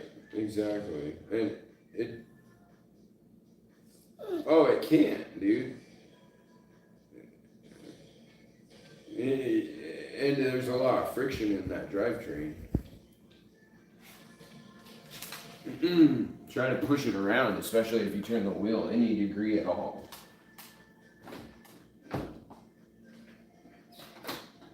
It pushes really well forward and back, but if you turn it any degree at all, it's virtually locked up as far as the pushing condition goes. You can't tell while you're driving it because it pushes through those slipping clutches that are basically LSDs. Basically is how it's built. It's got an LSD front, an LSD rear, and an LSD central, essentially. And so anytime you turn the wheel, or it's got a different speed going between the left to the right or the front to the back, it's no limited slip. What it is like a clutch pack, kind of like our dirt bikes, but it's sprung. Maybe it's not sprung. It's a press fit, not press fit, but there's only so much void in the system, and as soon as they try to slip, the viscosity of the oil causes the discs to grip, and it happens in an instant with that car. It'll allow it to slip to a certain degree, but it'll transfer its power from one wheel to the other automatically, like without a hiccup at all, as you know. And it uses a pack of clutches, kind of like a dirt bike, but there is no like pull your clutch lever type of situation. To releasing it, I'm not sure what releases it, but it has to release, right? Or else it would be going around the corner. But if a tire slips though, it quickly sends that power to a non-slipping wheel, so fast that if you had it sitting on the grass and you put it in first gear and drop the clutch, all four wheels will burn out the same length in the same distance in the same spot simultaneously. That's the asymmetrical all-wheel drive system. It doesn't give a shit where it's at, even if you have the wheels turned and you put power to it. if they're gonna slip, all four are gonna slip at the same time, simultaneously. Any other all-wheel drive system, they put them on these rollers. Just a second, I'm on my way to you. So, I've seen this example before where have you seen this before where they put like a Mitsubishi all-wheel drive system on this inclined conveyor roller? You know, like a conveyor has all these rollers. Subaru is the only car out of all the other all-wheel drive systems that can drive up a 10-degree incline on all rollers, like a conveyor roller where boxes go through a warehouse. 10 degrees incline. It walks up it without any problems at all. And a lot of other cars, it'll just sit there and spin whatever tire it chooses to, and the other tires stay stationary. Subaru will not let one tire spin no matter what, ever. That's where they're superior forever. Nobody else can take this technology. Nobody else has replicated it yet, nor do I think they can because of Subaru's patent. You know, sometimes those patents only last so long, but I'm not sure what's going on with that because nobody can, you know, like Honda CRX has that, or CRV has like whatever the fuck their four-wheel drive system is called, and then Honda has Honda has a, you know, they all have their own. Toyota has one, a system, a name. Audi Quattro or whatever, you know, or that's their motor. I don't know, but Audi has a four-wheel drive system too.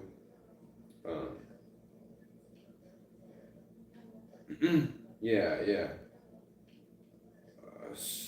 But they had all these cars on the same exact thing, and Subaru was the only one that can drive up the rollers, which simulates a solid ice condition, like absolute solid ice. And we're talking about driving up it from a stall, not necessarily like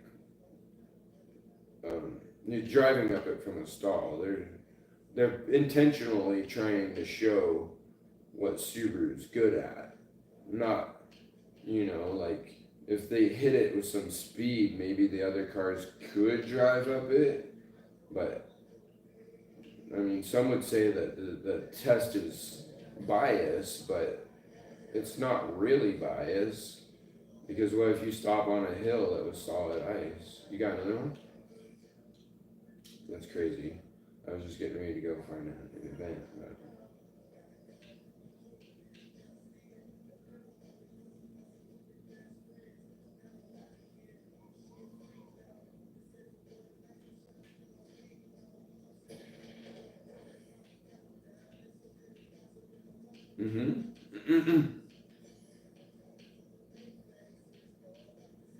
Yeah.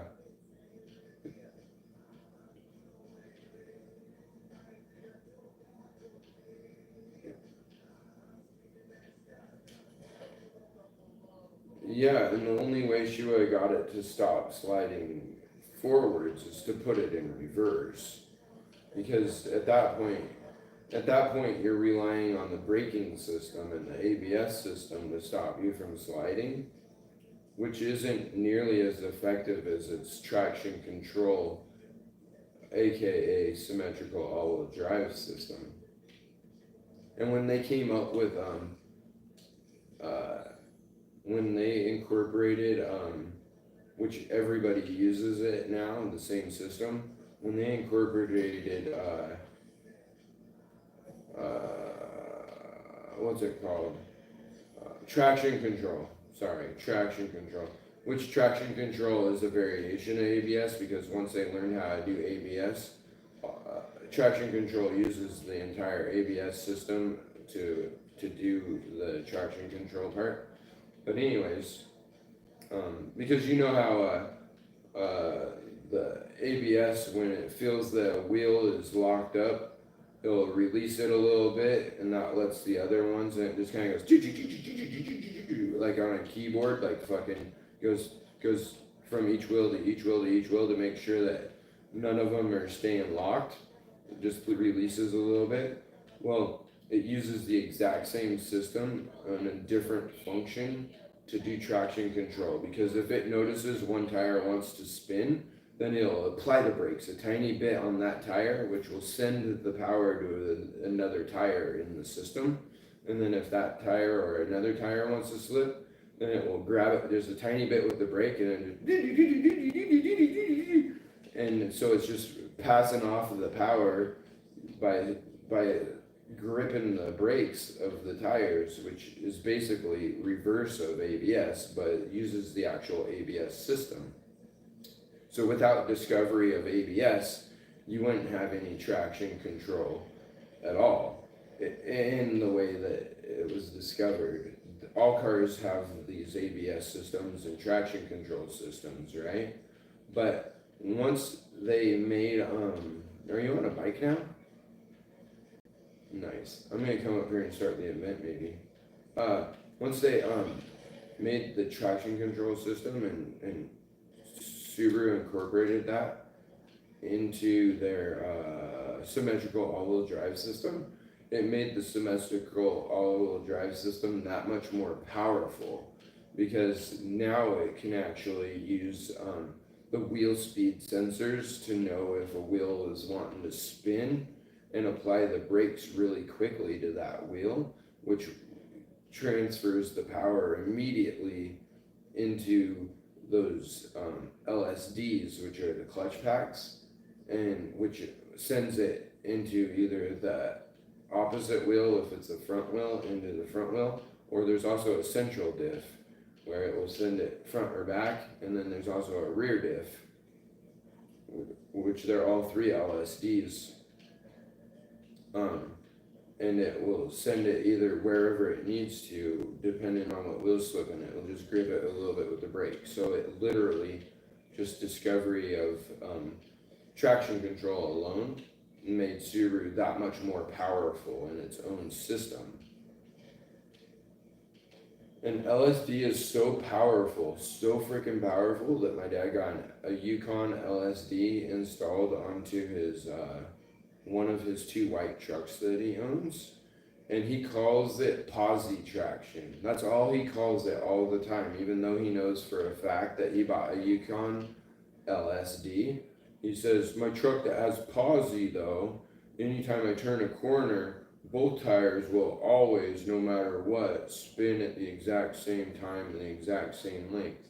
And I say, you realize that that's the exact same differential that I have 3 of in all my Subarus, and I still don't think he realizes what I'm trying to tell him. And he's like, no, my truck has posi. I'm like, no, your truck doesn't have posi, because your bed would be going hop, hop, hop, hop, and one tire would be going every time you turned a corner at slow speed, because that's what happened when you lock the wheels together, because one has to go a little faster and one has to go a little slower. It's just that your clutch pack is so nice and tight and dense, and the oil is so good in it that yeah, you understand what I'm getting at, right? And then it can transfer power left to right to left to right to left to right in a fraction of a second that you don't even notice. Are we playing this together? It looks like it.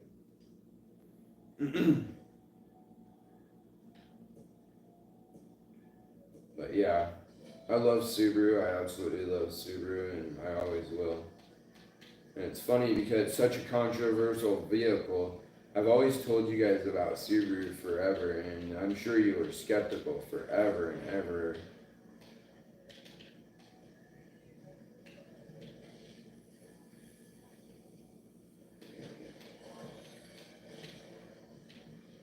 Yeah, I don't look at that part of it at all, more than I look at just how well Subaru has done me well. Because like you said, that's part of every car ownership. It's called maintenance. You can't have a maintenance-free vehicle. Subarus are super easy to work on in my eyes.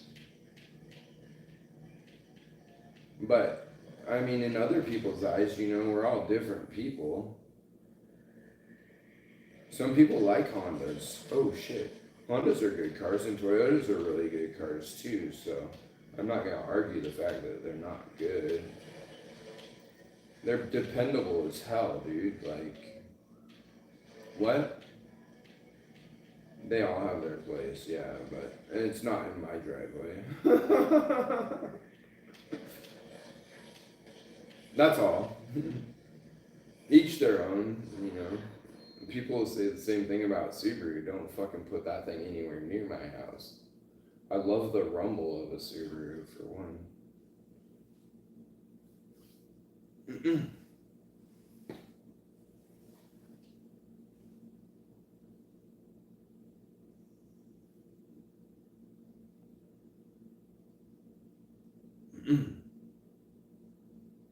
Like you've had a Honda truck or what? Oh. Oh, like your Ford 1-ton and shit? Or half-ton or whatever?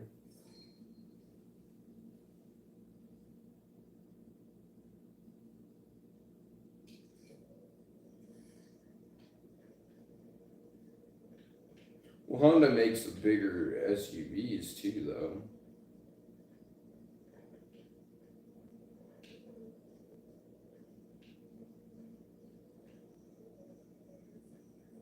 Yeah.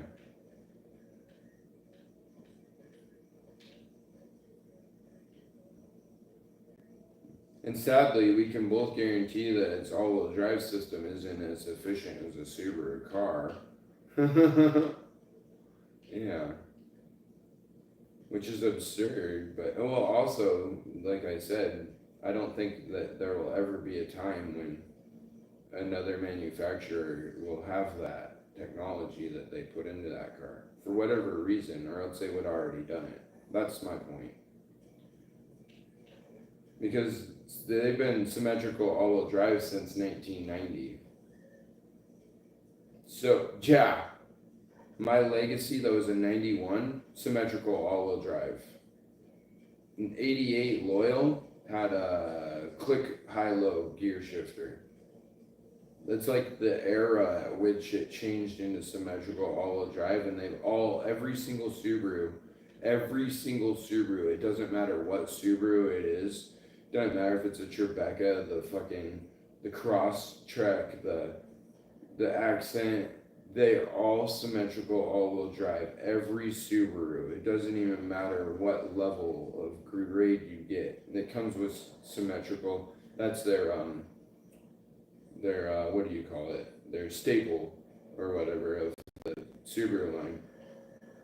Yeah, and if anyone was able to already replicate it, for whatever reason they can't, I'm sure it's a legal reason, they would have already done it.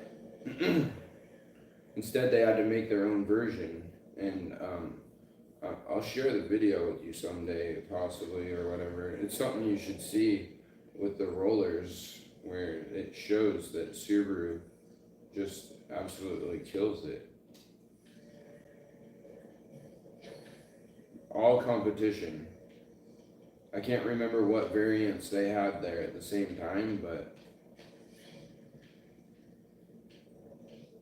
I'm picking a ski race right now, if you're ready. Okay, let me know when you're ready. And I know I sound like just a stupid ass fanboy, which I'm generally not. Well, actually, when I like a product, I pretty much turn into a fanboy. So I guess that's pretty common in my life, but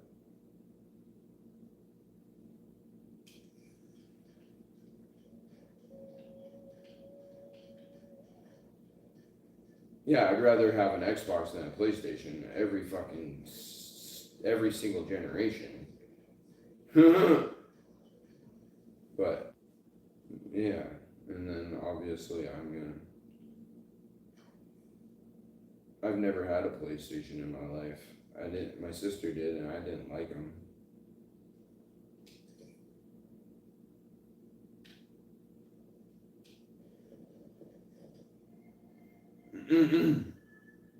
While my sister had PlayStation, I had Nintendo 64 the whole time. And then I went into Sega Dreamcast for my very, very first disc game console. And I think from there I literally went to the Xbox, the original Xbox, the big old box that was corded. I think you had that box too.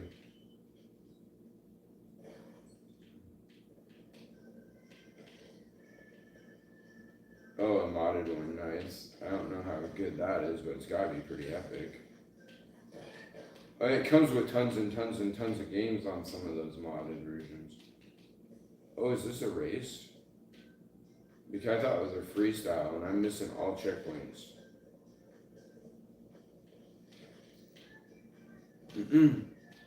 Okay, I see him, kind of. Yeah, that's pretty dope. Like, he's got all the Nintendo 64 games and shit on that thing, and a whole bunch of arcade games and stuff. That's pretty cool. But it's corded, still. And the what? The controllers are monster. He doesn't own the S controller because before 360 came out, they redesigned that controller and made one called the S controller. I don't know if you remember that, but they actually redesigned that controller, the original one, and made an S controller that's also corded but went to the original Xbox, the Microsoft Xbox itself. Yeah, I can't figure this trail out at all, dude. I'm missing every single one. I'm missing every one of them. I see you now. Oh, this one right here that's on the side of the rock. Oh, how the fuck are you gonna hit that? You gotta hit the rail? What a load of shit, dude. Far right.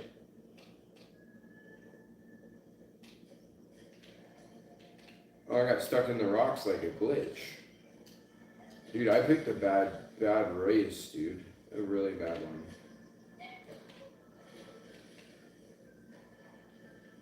I can't remember what year it was that I started playing that Xbox console. When I first got introduced to it. But, oh, absolutely, 2001 or 2. Oh, I made it. I made it to it. No way. I traded mine in for a 360. Yep. That was one that I traded away for sure. Because the 360 was such a massive upgrade. I traded it and a Nintendo 64, I think, directly straight across for a 360 at Trade A Game. Yep. With all the games for both of them. I got an Xbox 360 with one game.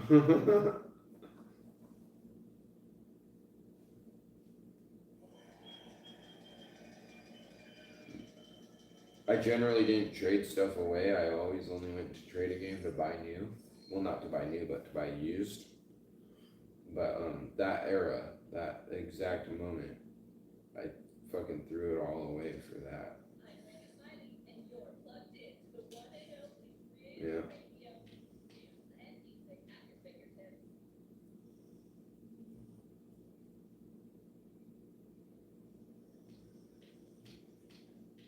Yeah, it was, dude. The 360 lasted like 12 years or 15, or it's still viable today.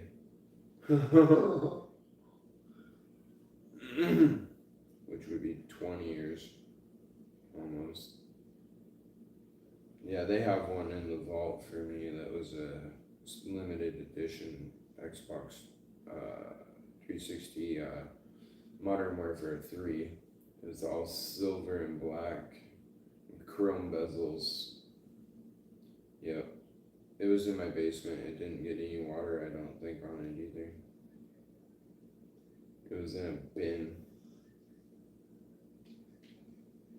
I just couldn't take that much stuff out of the house because it all was so damaged and stunk, and it was just disgusting. Yeah. The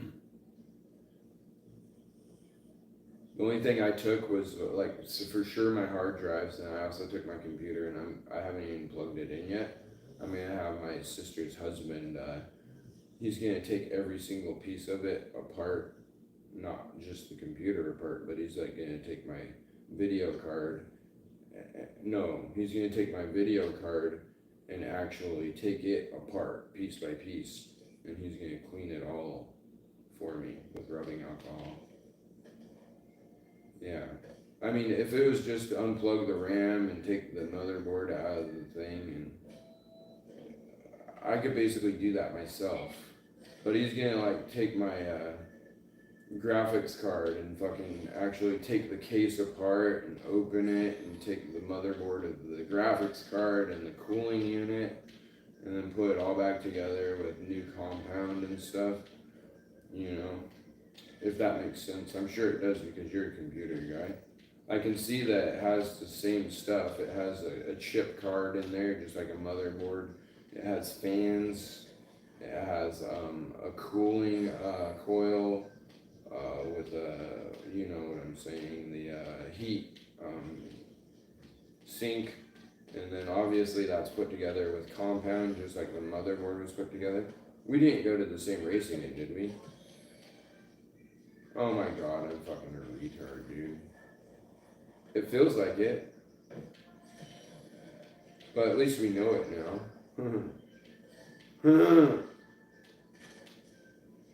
Right?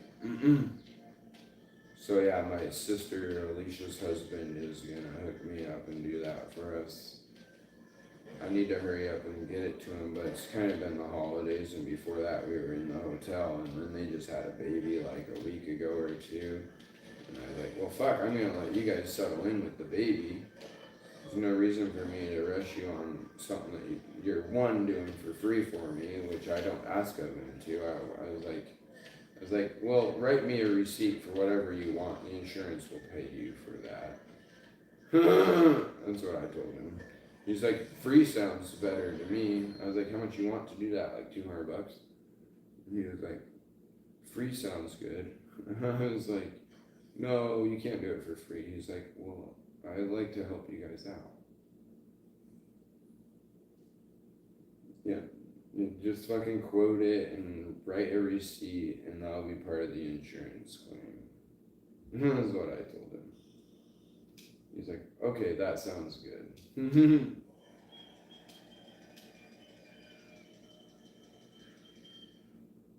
What?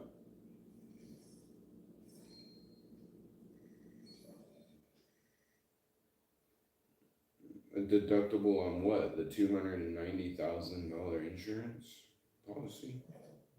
Well, that ain't shit. $500 deductible to cover all our stuff that we lost. I'm just amazed that I don't want to quit there. No, that Tiff had the plan up so high. That's what I'm amazed. We don't know what they're gonna do for us yet. Hopefully exactly what's written on paper. You know what I'm saying. Things can get sketchy at certain points, but we have my dad here to back us up the whole way through, so that's good. And my dad talks to somebody that knows what he's talking about, Dan Garabedian, or whatever his name is. I believe it's Dan. Yeah. And Dan's been through it a few times. Wingsuit? You want to do a wingsuit?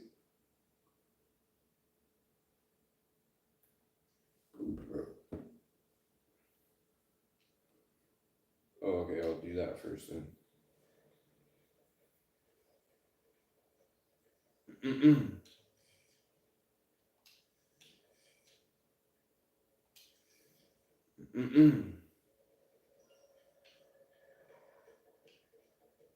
Is the balloon right by us? I already got it. Yeah, I got it then. I remember being here before. This is where all the bike stuff is.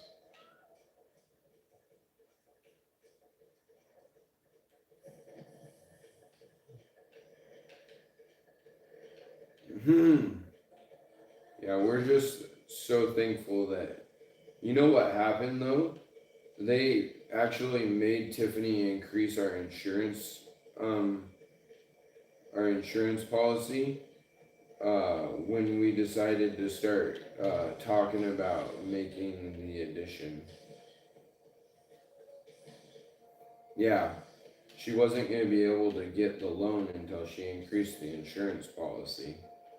So she increased the insurance policy, which came with $290,000 worth of personal protection, personal property protection, and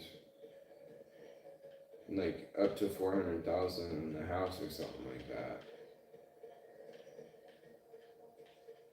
Like, we're so covered right now. It's fucking crazy. And nobody can argue that it wasn't an absolute. It wasn't even an accident. It was like, because an accident is, oh, I accidentally caught my chicken coop on fire. Like, it was just like an absolute fucking turn of events like that. Like, oh, I accidentally kept the oil on my kitchen floor. I accidentally stored all my lithium batteries in my kitchen. Like, like, I forgot what I said it was earlier when I was thinking to myself, but it's almost like a catastrophe. You know what I'm saying? And not an accident at all. I mean, nobody accidentally did anything. Like, it was absolutely a casualty. The house being the lost thing. And there was no accidents involved.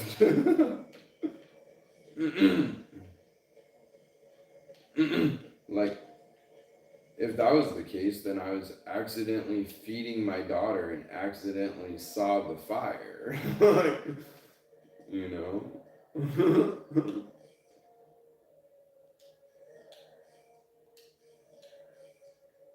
But it had nothing to do with an accident at all.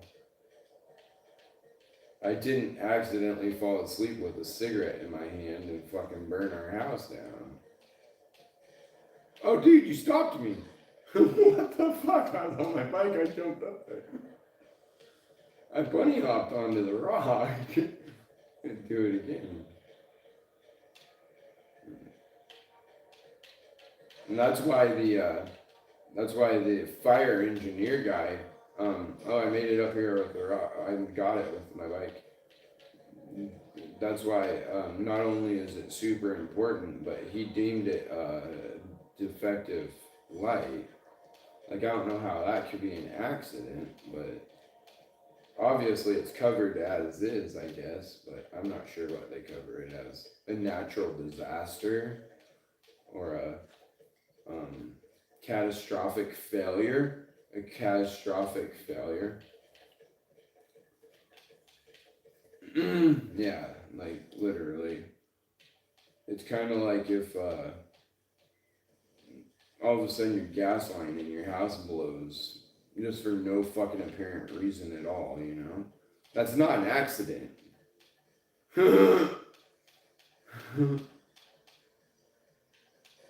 Yep, that's what it was. Equipment failure. Totally. There's no accident involved here. Fucking crazy though. You know?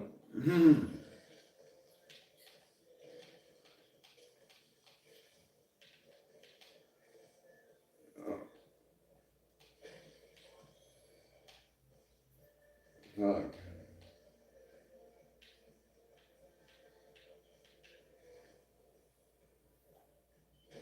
Yeah.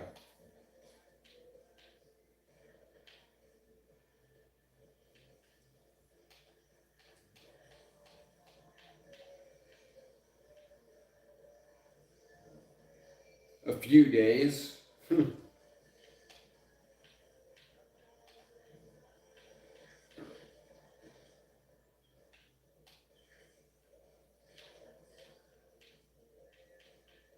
Mm-hmm.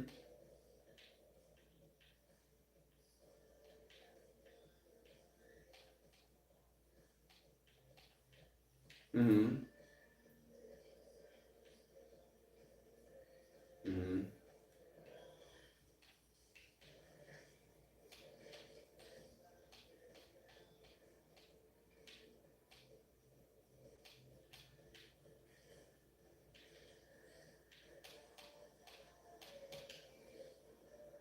Mm-hmm. Yeah, I remember the story.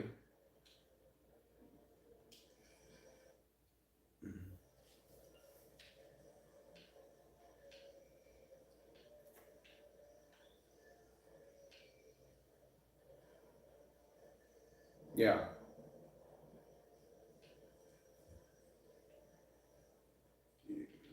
You want to know why I said 3 days with that tone of voice, or a few days or whatever? Because I've absolutely lost my mind, absolutely 100% lost my mind, and it still hasn't come back. And a lot of times, Tiff will tell me that, like, we should do this for dinner. Be like, I don't even fucking know how to cook that anymore at all. Like I have no fucking clue, honey, how to cook that. And this is weeks into it. So, psychosis, I've been into it for 3 weeks right now. Absolute pure psychosis. I barely get memories back. Like, they trickle in. Like, trickle in. So, I 100% believe that story. And I turned into the biggest piece of shit douchebag probably on the planet Earth during the process of oh, I didn't see a balloon, so I must already had it. Where was it? On the big ass rock right in front of us, right there. Oh, I see it. Cool. So, no, psychosis is a real thing, and I'm in it. So I don't know.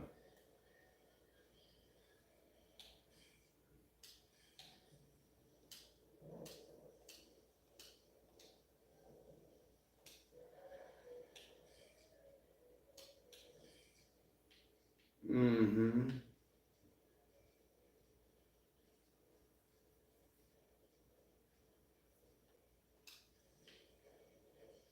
How do you take? Yeah, that's crazy because I was about to admit myself in, to be honest. Like, I need some type of counseling. I need some type of something. I still have. I probably haven't got to tell you about my most. Yeah, and my most current reoccurring dream that kept me up every 8 minutes again. Fuck, dude. Like, no, that was the previous one. The most recent one, um, dude, it's like going into a dream that you can control, but it's going in a direction that you never imagined it before. And it feels like it's that kind of a dream that if I wanted my wife to actually be there, I would have had to been holding her hand when I fell asleep. Almost like Nightmare on Elm Street status.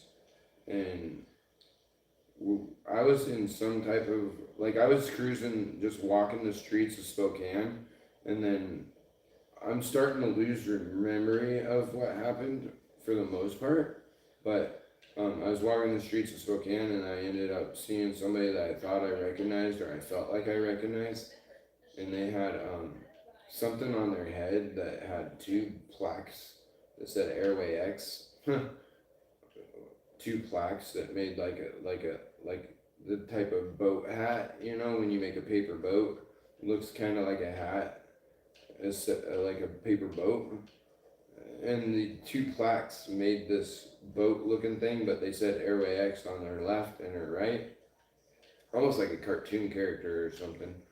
And dude, and then this woman became part of my dream for like forever, and then I was at their house, and I ended up bringing my dad there, and my dad was like kind of having a panic attack because the motocross track that was at their house was like so extreme and intense, and and then I was like, and he left, and he was like crying, and he asked for a refund, and they gave him a refund, and he left. And I was like, when I saw him again, I was like, but you didn't even get to see what was at the top of their yard, which was giant, giant, giant hill climbs and forest roads and stuff like that, forest service roads and stuff like that. Like, you never made it to the top of their property. You were just complaining about what you saw as far as the motocross track. And they had like butlers and stuff and all this other kinds of crazy shit going on and shit, you know. And this was very recent. This just happened in this house. And somehow we ended up getting these donuts that, for whatever reason, had a large meaning to me. And somehow they got put in the sink and got super wet, and the sink had a garbage disposal. And this was when I got home, and I was trying to share them with Tiffany, and I was like, "But these donuts are amazing!" So we were pulling them out of the garbage disposal. And she's like, "These are wet and disgusting." And I was eating these donuts out of the garbage disposal. And I was like, "No, no, no. These came from California, and you can never get them again. Like, without the person that brought them, bringing them again, you can't get them again." And I'm eating these donuts as they were like just mushy ass fucking. I was like, "But the inside, the center of it is still pretty good." And she's like, "They're all soaked and disgusting." Like, oh dude, it was like a fucking traumatic, fucking crazy dream that I couldn't escape. And what was the weirdest part about it? Dude, this is where it gets crazy.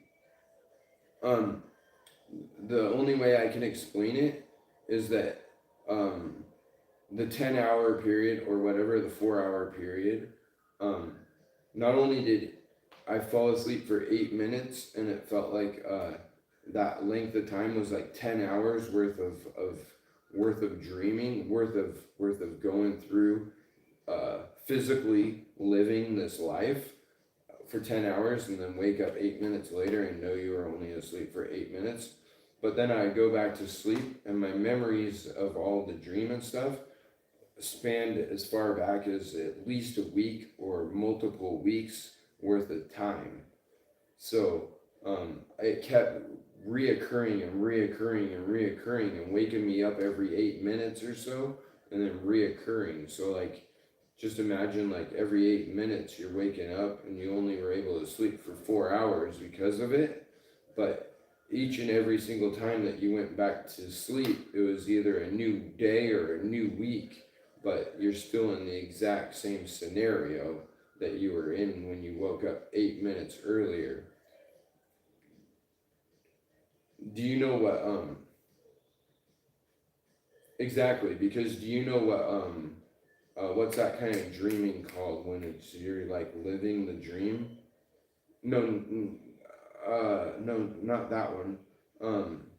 When it's when you can touch stuff physically and you can choose your destination of which direction. Lucid dreams. It was the most vivid lucid dream I've ever had in my life. That a lot of people want lucid dreams. That scared the living shit out of me, to be quite honest. And it was all friendly and kind. And I just felt like I was just getting drawn into this world, into a different world that I normally didn't live. I'm Abilene, by the way. So, yep. And so does that make sense to you at all, what I'm trying to say? And it was just crazy, dude. It was just so crazy. And the fact that I brought these donuts back to me, this is part of lucid dreaming, right? Generally, this doesn't happen in a dream, but I brought these donuts back to me, and I was trying to explain to my wife after they ended up going in the sink and then getting in the garbage disposal. But we can't get these donuts again. It's right in front of me on a rock way down there. And I was like, but we can't get these donuts ever again unless the person that brought them from California brings them again. You see the balloon way down here? It's way down here. It's way down here. There's no way you already have this balloon. It's in the middle of nowhere. On that big rock right there. Oh, of either of these two rocks? Okay, then you already got it. I thought this was too desolate for you to not to have already gotten. But apparently you already got it. It's right here on the rock right in front of me, so if it's not here, then it's not here. Okay, but yeah, that was fucking psycho, dude. Oh, dude, I flew right into that balloon.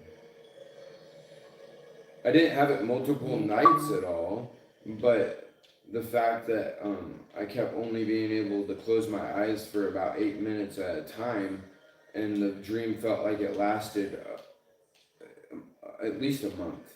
At least a month. At least a month worth of living. A month of my life. And it was only 4 hours. Period. Total. Or less. I didn't get any sleep that night at all. Like, but I would wake up like talking, but then just to close my eyes and fall right back into the exact same situation or whatever. The same exact scenario. Exactly the same. Where, like, yeah, dude, like, same people. Yeah, same scenario, different hour, maybe. Ish. But just being asleep for 8 minutes would make me be able to travel this scenario for, like, depending on the moment in when it happened. Sometimes I was able to travel the scenario for a week. Sometimes I traveled the scenario for only a day. Sometimes I traveled the scenario for only 3 or 4 hours. But it happened back to back to back to back to back, where I would wake up like every 8 to 12 minutes, but only just to open my eyes and realize I'm still at home, and to close them again and to whirlwind right back in. It's cool, but I felt the psychosisness and it was getting crazy. But it was way more comfortable. I'll tell you what, it was way more comfortable and inviting and felt much better than when I would wake up screaming and looking for my family. So, with that being said, if I wasn't in the position I am in right now, it would have been amazing. Just absolutely livid. The dream. I don't think you can join this with me. I'm on let's see if I can quit it real quick. Maybe you want to do this together. I'm on a danger stunt where there's a caution sign. Do you see me at all? Here, I'll quit. Okay. Yeah, so I'm going to try this real quick. But yeah, if that makes sense at all. Oh, there you are. Yeah, let's do it. No, it's a caution sign for a reason. They're hard to do. It's not a timely event or anything. You're just trying to make it through all the checkpoints. It's not a race or nothing.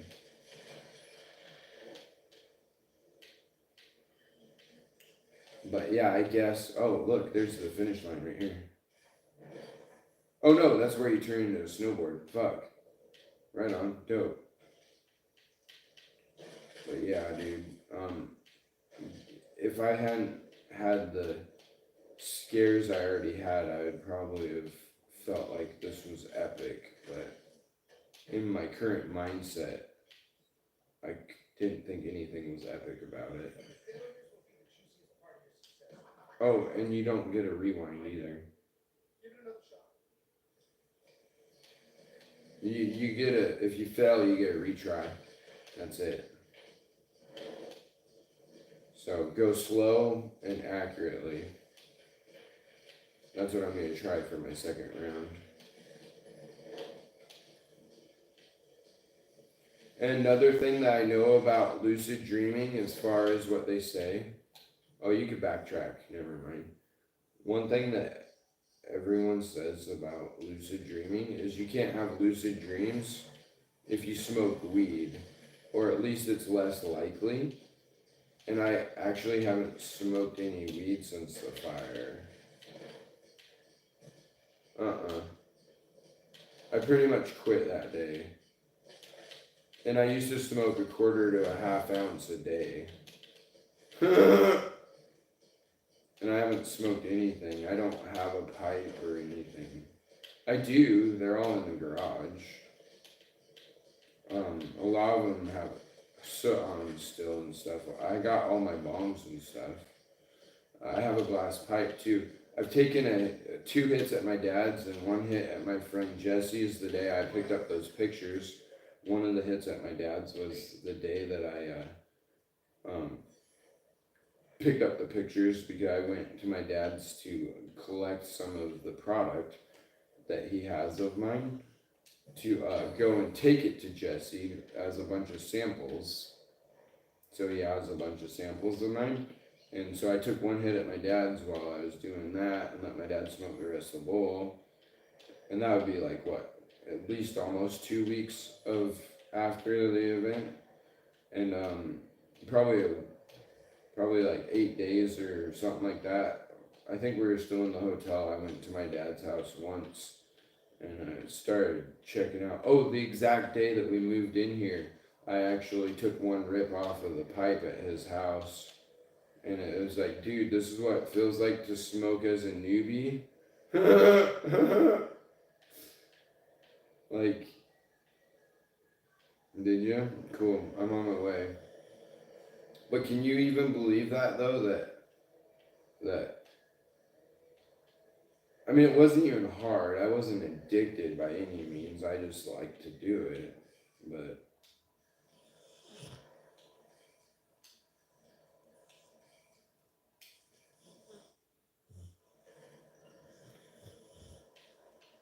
yeah, for real, right? Like, I'm looking at it right now, like, I don't mind going back and growing some pot for the hobby of it, but I have no reason to smoke it anymore. Like, is that weird or what? Coming from somebody that smokes so much fucking pot in their life that nobody can even compete almost. Right?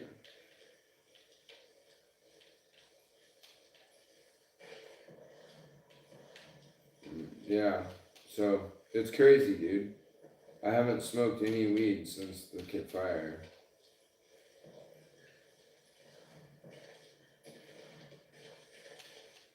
What?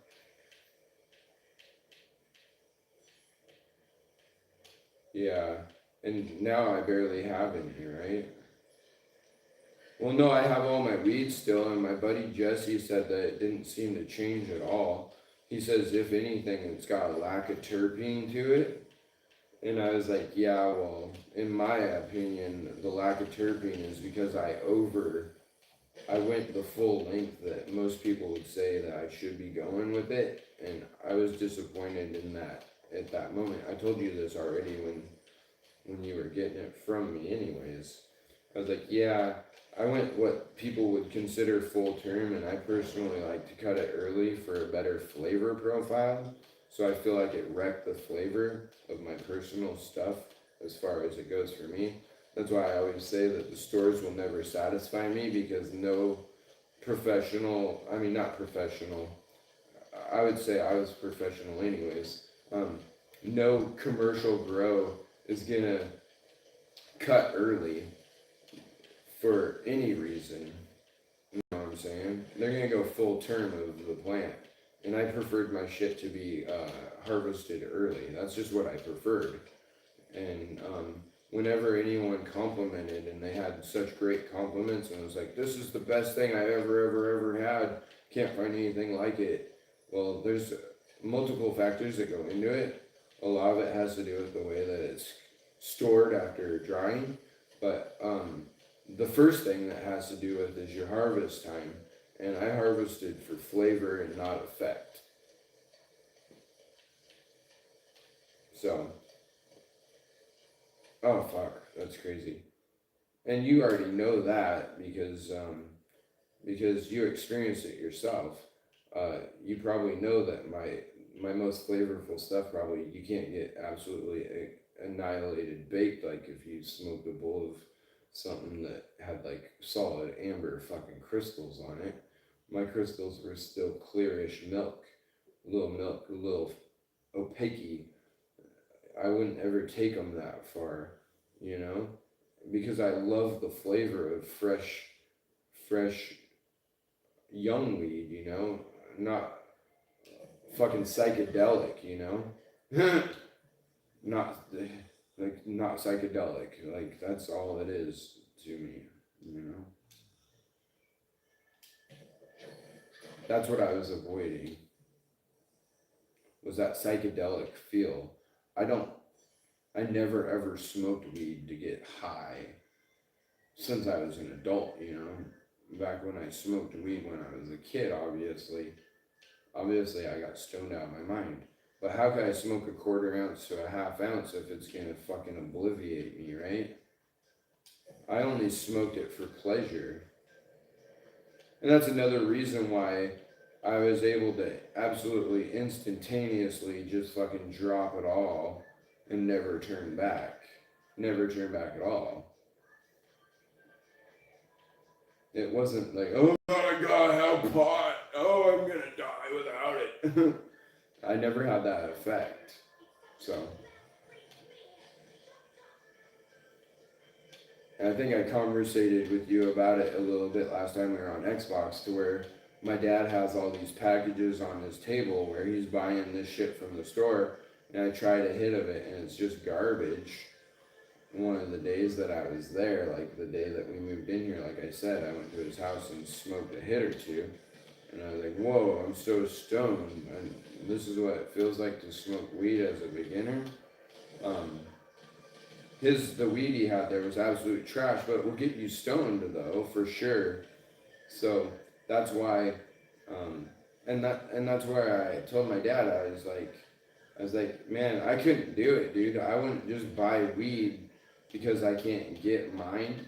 I wouldn't go to the store and buy it because I don't smoke it for the effect, the entourage effect or whatever. I only smoke it for that flavor because if I was addicted to anything, I was addicted to just like, whoa, that tasted really fucking good. I need to smoke it again.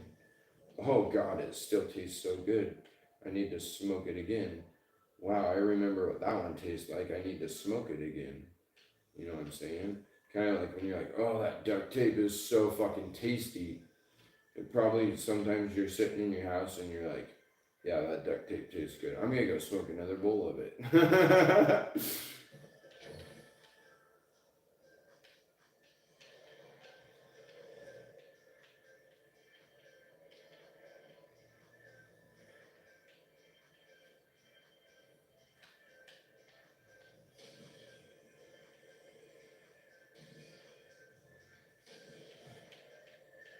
It relieves that stuff for you in a way, apparently. Huh.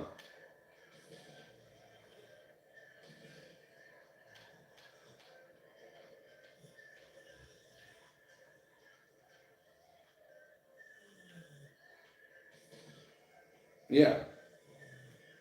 Yeah. Still looking to deep blue. Hmm.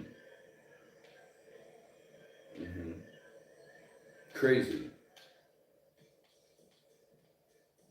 Absolutely. So do I. I feel that shit too all the time. I can feel when the sun goes down.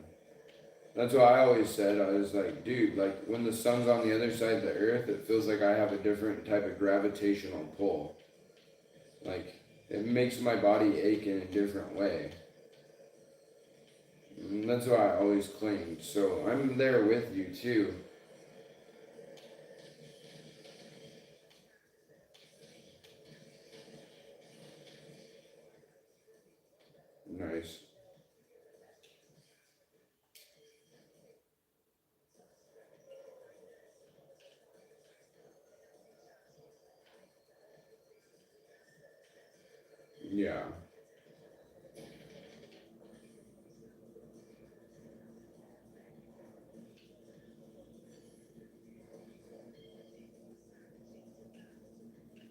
sometimes my back pain's strong enough that no amount.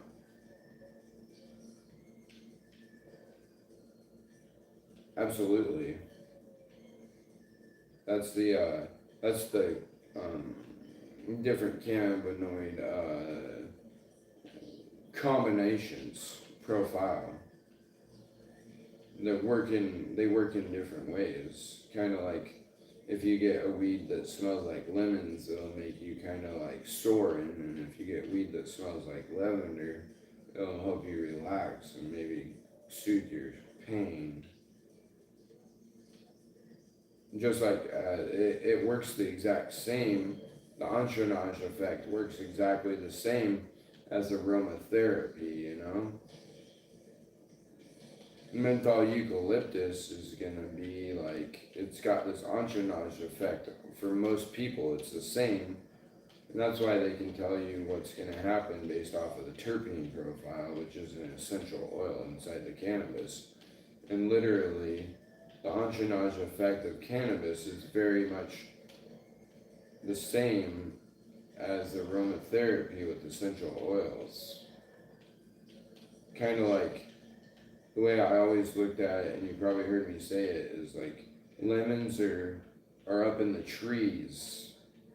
Lemons are up in the trees, so if you smoke some weed that tastes like lemons or smelt like lemons already, like Chernobyl, you'll be soaring a lot higher, like off the ground high, like maybe your feet go numb or whatever, and your body's not grounded. But if you smoke something that smells like a skunk, or like roadkill, or like moss, or like wood, then it's gonna ground you to the ground, or maybe couch potato you, or couch lock you, or whatever term you want to use. These things that smell like something that's very close to the ground, you know what I'm saying? When you smoke it, the entourage effect of it will give you a grounding effect to where you are so relaxed that you don't even want to move, you know? While Chernobyl has that lemonesque, the entourage of it, you might get up and start doing the dishes or organizing your cabinets or trying to figure out what you should be doing next. And the same goes for if you take aromatherapy that's like, you know, like lemongrass, like you put lemongrass inside of it claims right on the bottle of lemongrass. What does it help you with? Energizing and uplifting, and that's the type of aromatherapy it has. While menthol eucalyptus or rosemary or lavender and stuff like that, which are all grounded, is more relaxing and revitalizing and good for before bed and stuff. And so when you're smoking cannabis, the entourage effect is tied exactly to what we already know in essential oils itself. It works very similar. Ain't that crazy? And everybody should understand this as far as a cannabis smoker goes, but nobody even knows at all. This is not talked about, but it is becoming mainstream. But I've been telling people about this thing for 8 years at least. That when you smoke weed that tastes like lemons, you're going to be soaring up high as the trees, like higher than the trees, you know, this shit grows above ground. But if you smoke something that smells like moss or a skunk or something like that, you're going to be grounded and you're going to end up laying on the couch. And people are just blown away that I even think that I know this shit. And now it's becoming mainstream. I've only been talking about it for nearly 10 years.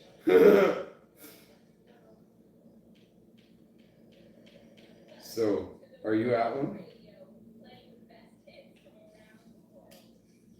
So, I mean, I figured all this shit out personally on a. Where's it at?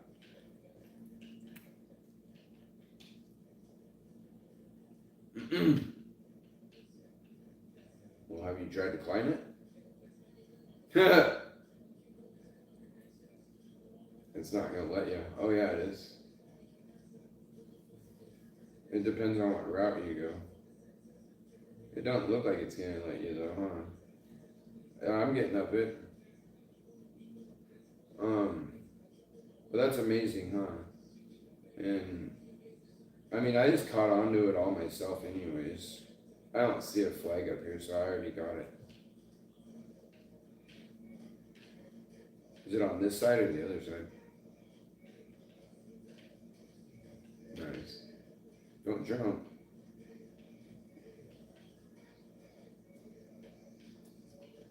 So yeah, dude, like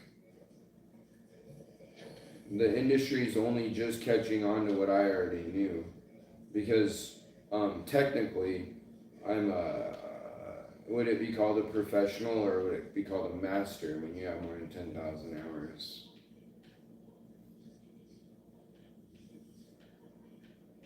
Yeah. So I'm a master cannabis crafter because I easily have more than 10,000 hours. I easily have more than 20,000 hours into cannabis. Been doing it since 2008 on a large scale, and I started doing it in 2001 as a child, as a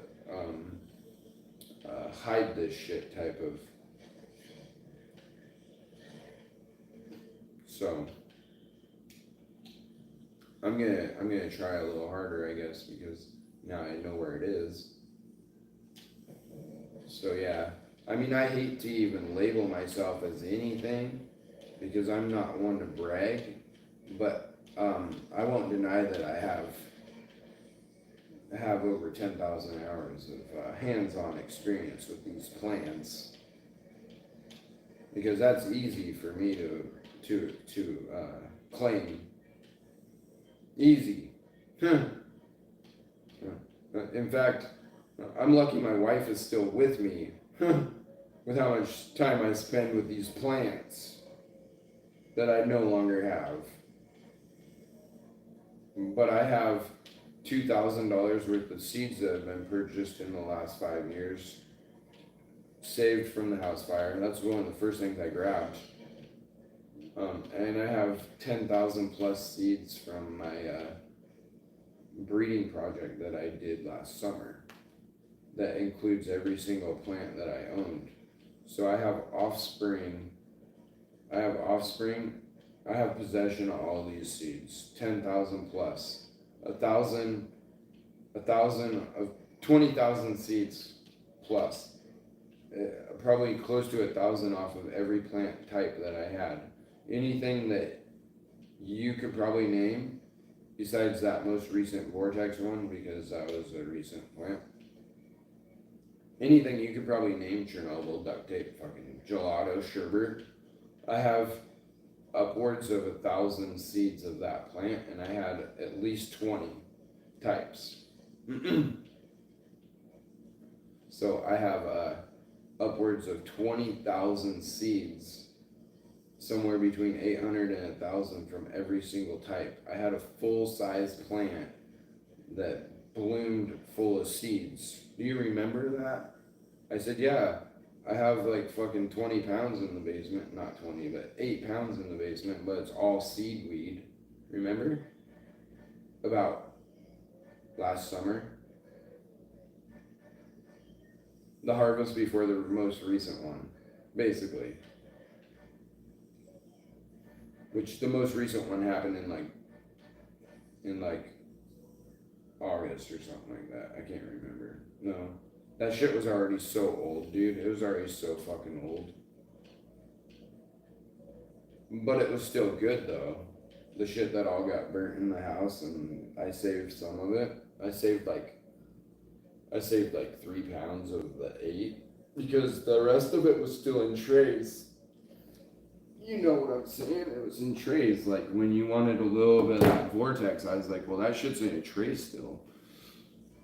Well, that stuff didn't get saved because it got soaked in water from the fire being put out. But anything that was in those bags, I grabbed all those bags day one. And that's the stuff that I have Jesse testing right now. And I took a couple hits myself. Oh, like I said, barely any since the fire. I don't have it in my possession at all. That's one of the reasons why I don't smoke weed, because I don't have any weed in my possession. It's all at my dad's house. Tiff has a oil pen that she hits like 4 to 5 times a week. And every once in a while I'll get a wild hair at my ass and just want to taste that particular oil that's on that pan. I don't do it for any narcotic reason, obviously. But yeah, it's cool.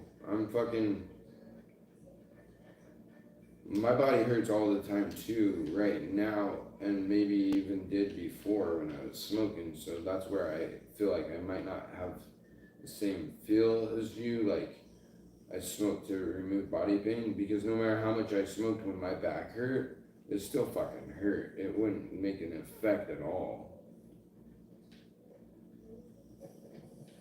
Dulls it a tiny bit enough that it's bearable for you. I can see it. Oh yeah, let's do this wing one. I want to do a wingsuit one real quick.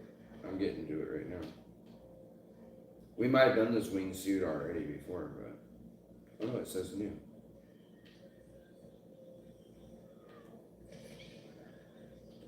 Feels like it. Oh, and not important, right? Yeah.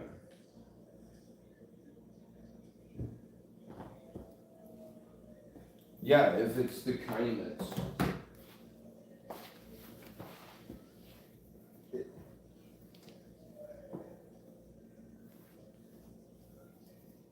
Yeah, because Chernobyl will give you a head change where you'll forget that you got the pain, while ChemDog will relax your body so much that the pain may go away.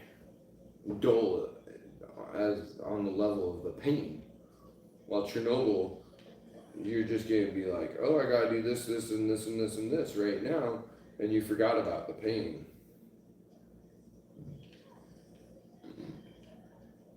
And you know what's funny about that?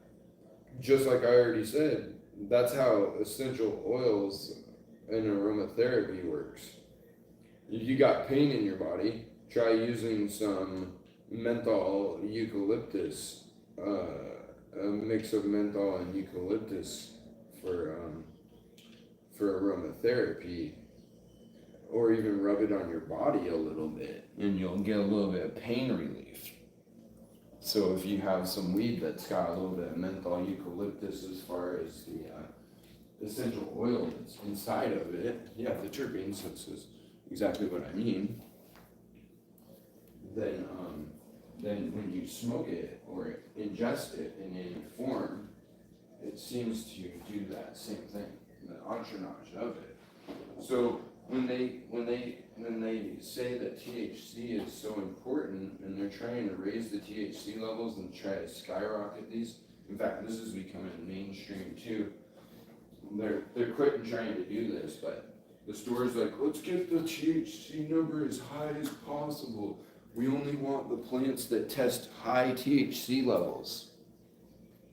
The higher the THC level goes, the lower the other cannabinoids inside the plant matter go. You know, because you only have so much to work with. Yeah. So if you keep just increasing THC, which is odorless and colorless, odorless being the most important part of my conversation here, then you're removing everything about the material that actually produces what's called the entourage effect, to where it does nothing for you at all. What's the point of smoking pure THC unless if you're trying to clear your headspace and feel like you're fucking high as a kite? If that even works that way, I don't know. But see what I'm saying? It has no entourage effect when you remove the terpenes or the essential oil part of the alchemy. Crazy, right? And see, only somebody that has the experience that I do really knows this stuff. While all the people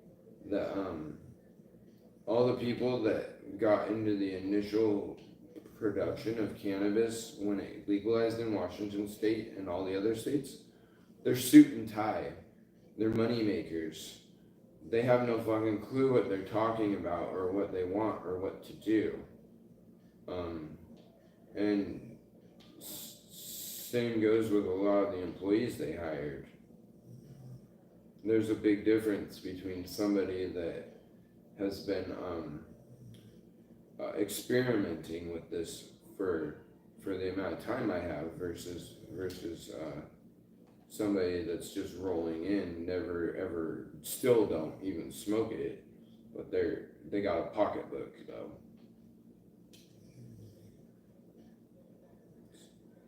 So that's where cannabis is right now. But also at this exact moment in time, right now, it's actually shifting tides to where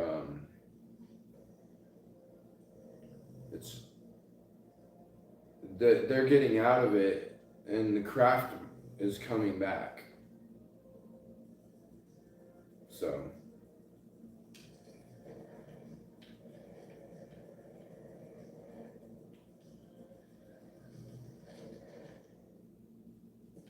But yeah, it's really cool to just know this stuff, but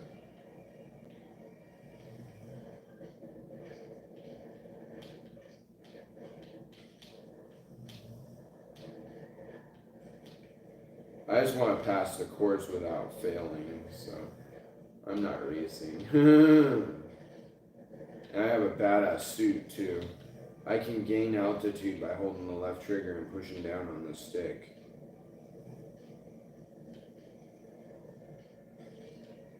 You're probably getting a pretty good suit too.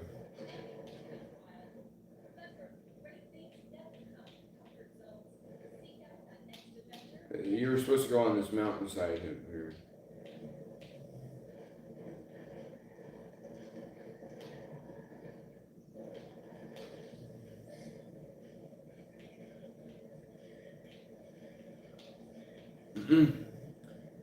And I'm glad I can share all this information too, you know? I mean, what good is it to just only know it myself?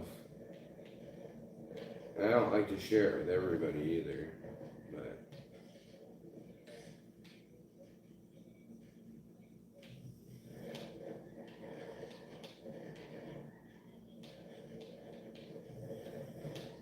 Slightly. The entourage sometimes has a carryover effect, you know, like I said, most people will experience a soaring feeling out of the lemon smell and stuff. Most people, on different levels of, so it's a sliding scale. If you could think of couch lock as the absolute left and, so high that you feel like you're not even on the ground anymore, on the absolute right. There's a sliding scale there, and generally, what one should be giving you, the soaring high, will generally give everybody from 0 forward and not necessarily make them pass out, unless if they get so fucking high that they're about to pass out, I guess, because that's possible. I don't see why that wouldn't be possible, to where Chernobyl is just so powerful for you that you got so fucking high that the downturn after is just a straight crash. So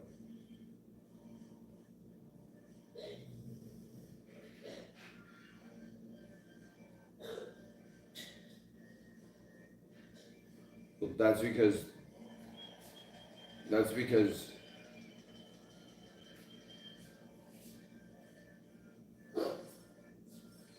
uh-huh. Yeah. No.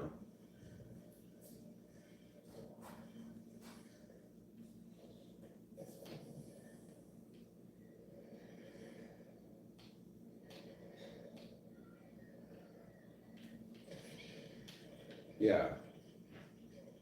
And the funny thing about that is that I've tried to eat their edibles, and it doesn't matter how many I eat. They can hand me one and say with caution to take this shit with caution. And I try one, no effect. 30 minutes, try two, no effect. The next day, just eat the rest of the package, still no effect. And I've never really had an effect from any edibles at all in my entire. Well, actually, I'll take that back, especially from the store.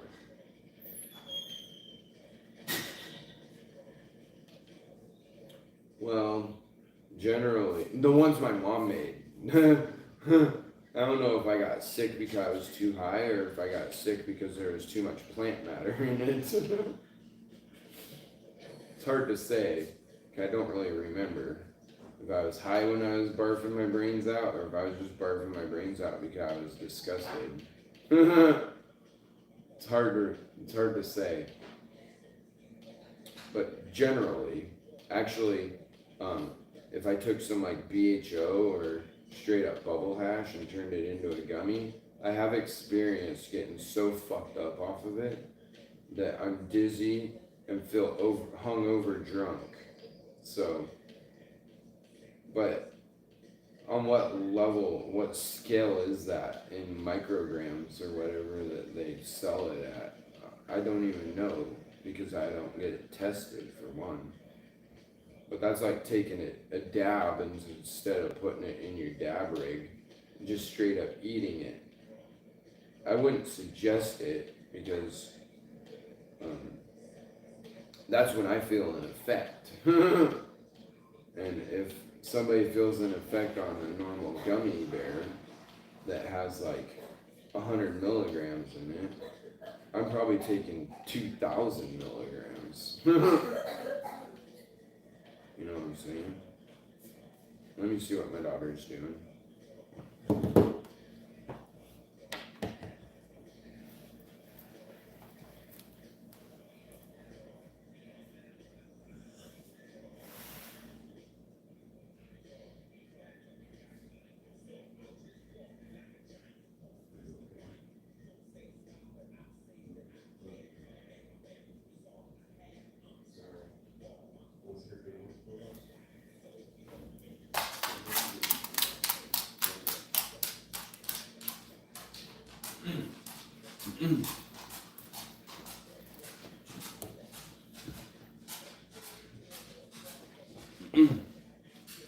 Brianna gets up every single night because she's cold in this house, and there's a attic space entry in her bedroom, and I could feel the draft coming in through that shit.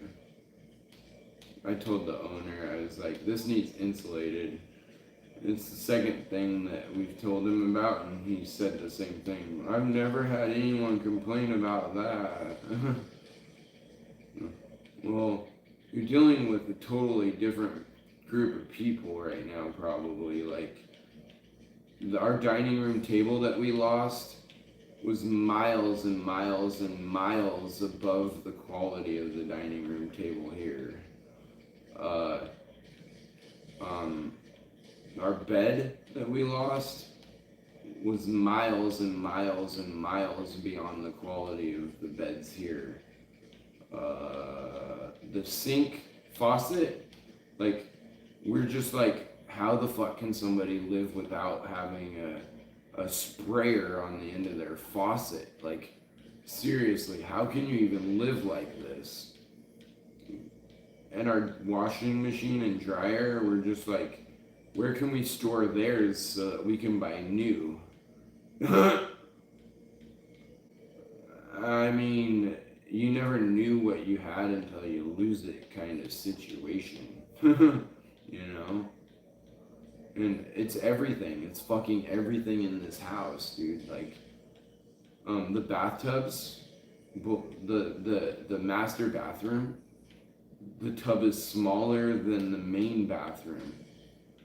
And the main bathroom here, the tub is way smaller than our bathroom, which would have been our only tub in the house that we used.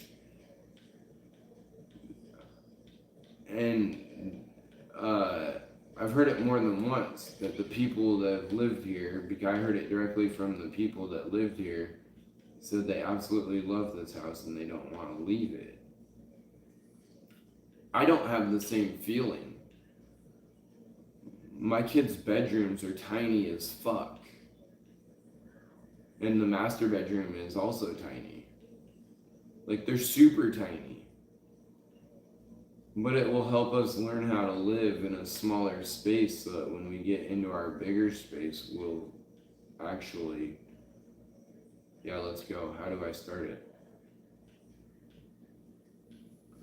Yeah, I don't know if you see what I'm getting at with that, but we'll just be so set up when we have our own fucking place back, you know?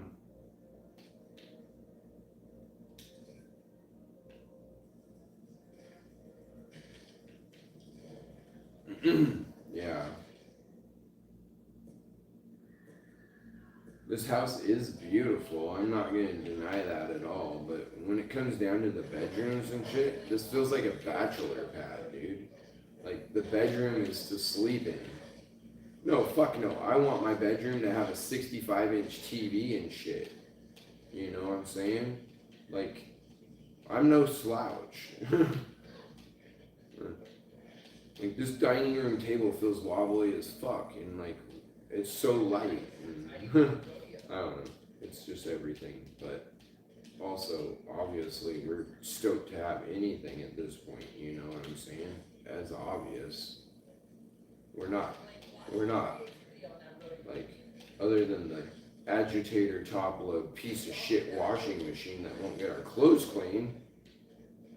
It's one of the biggest things. And I'm bitching about the dishwasher because generally our dishwasher, I could just grab the door while the tray's out and just close it, and it'll just close all the drawers on its own. And when I try to close the door on this, even if I have the top drawer a little bit open, it gets snagged up. And I can't close it, and it just pisses me off so bad that I have to take the extra step to make sure that the drawers are closed before I close the dishwasher door. You know what I'm saying? And that's kind of crazy that we're that picky, but it opened my eyes to something. That when I go and find the new dishwasher, I'm going to pull the drawers out and try to close the door and see if it closes all the drawers at the same time by pushing them closed, or if it's going to get hung up. If it's going to get hung up, that's not the dishwasher I'm going to choose. And the fridge here, it's got a freezer on the left. I think I told you this before. Freezer on the left, freezer on the right. No, we talked about it a little differently, but it doesn't have a chest freezer in the bottom. The freezer on the left is so fucking tiny. Like, I'm trying to bring home groceries, and I have to be careful how much I buy. And not only that, we think back to, like, just like Tiff said, she's like, yeah, but you gotta remember how many freezers we had in that house. We had a full fridge freezer downstairs, I had a chest freezer downstairs, and we had a full entire freezer in the breezeway, and then we had our normal kitchen fridge and freezer. Like, we were living a life that is like above and beyond like what most people would consider standard. For the most part. And when we get back into our house, it's planned already that it's gonna be 7+ bedroom with 5 bathrooms, which may sound insane, but ever since our daughter was born, we've had 2 bedrooms and 1 bathroom the whole time in our giant house. That now that everything burned and everything's removed, it actually feels like a mansion anyway. As we walk through the burnt structure, the basement, there could be the one big room that is already there that has an egress window, but where I had that sink and stuff that was next to that bathroom, there can actually be a new egress window cut there because we're not gonna have the porch down there, and that could be a bedroom. And that other area that where the furnace room is, that can also be a bedroom, or if not 2 bedrooms. So that's 1, 2, 3, 4 bedrooms in the basement. 2 egress bedrooms and 2 non-egress bedrooms because there's a sidewalk outside that concrete wall that takes you to the. However, if you change the way that's oriented, which is very easy, you can cut egress windows in both those bedrooms. But the basement is large enough to have 1 bathroom and 4 bedrooms, all in its own, as the way it sits right now. And then the upstairs is large enough to have 1 bathroom, as it already is, and 3 bedrooms, as they already are, with a dining room and a kitchen, or a living space and a kitchen, or whatever. But we're still gonna add the 35 by 50 garage with the living quarters above it, and our bedrooms already planned as a 20 by 16 and a 14 by 14 master bathroom. Like, these scales are out of proportion in normal people's consideration of life. But it's what we want and it's what we need in a way. It's crazy.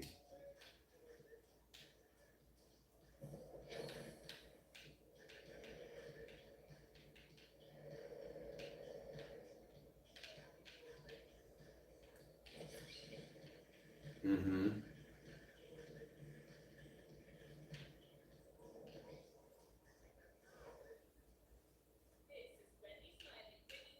Mm-hmm.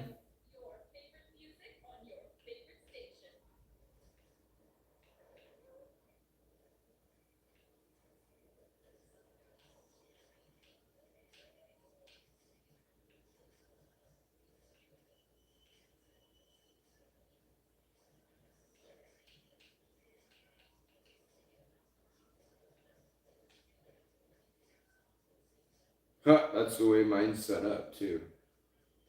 Or my plan.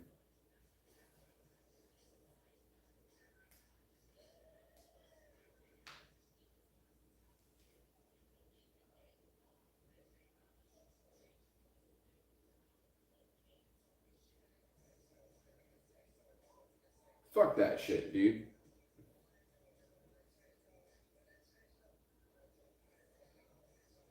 Yeah. Yeah. And we absolutely had it to where we would have 1 bedroom upstairs with us, but mostly that's a master suite. I'm out of balloon. I've been at it for a minute. Yeah, I'm out of balloon. But yes, dude, like.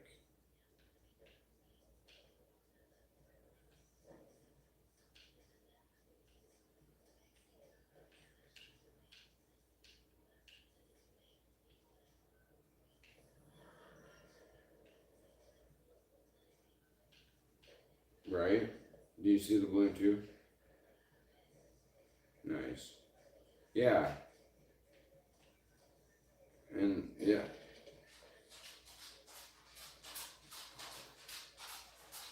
Well, we went so long with nothing too, and that's kind of, it's just like you guys. You're no different.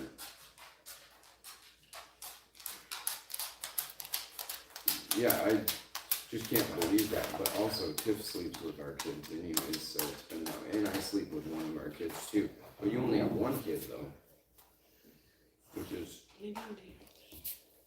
you only have 1 bedroom essentially. Yeah, and that's.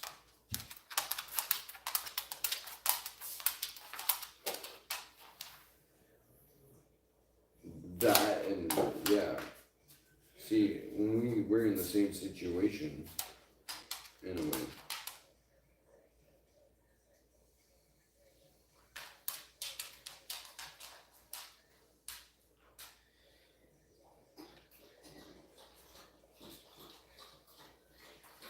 That's insane to me. I would have had to leave already. Love you, honey. Are you okay? Hello? Yeah, I wanted to say love you too. Oh, I wasn't sure if you were being grumpy. No, I just love you too.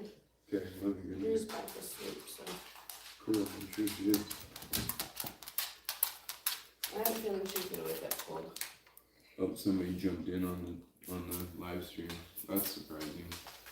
I didn't title this live stream very well. And we're just sitting around and chatting. Yeah. From anything from cannabis to what size house we need. Can you let him in when he's done? I will. It's funny, but I marked it for adult, no kids. So, because usually there's cussing and stuff involved in my conversations. But yeah, nobody will hear you. Yeah. But yeah, it's crazy. We're in exactly the same situation once we had more than one child, because we have the 2 bedrooms in the back of the house, and the 3rd bedroom that should main floor bedroom that should have been a bedroom was a dining room with a glass sliding door, right? You can't put a child in a bedroom that has a glass sliding door. So yeah. And nor was it ever going to be able to be used as a bedroom until something happened, because we needed all that space for our food and anything else that was stored around there. Yeah. Exactly. That's why what we would make into a 7-bedroom, 5-bath is truly still only 4 or 5-bedroom, 4-bedroom, and 5-bath. The bathrooms aren't used for different purposes, but one of them bedrooms is going to be an office. Some of them bedrooms are going to be hobby space, whether it be hobby of cannabis or hobby of fucking RC cars. Wow, I'm in the middle of the balloon and it's not popping. Do I have to leave it? Oh, I had to leave it and pop it. I warped into it so close on top of it that it didn't register. What is this, a slide? Oh, oh, the dog knocked down my phone. Oh my god, you fucking dickhead. Oh my god, dude.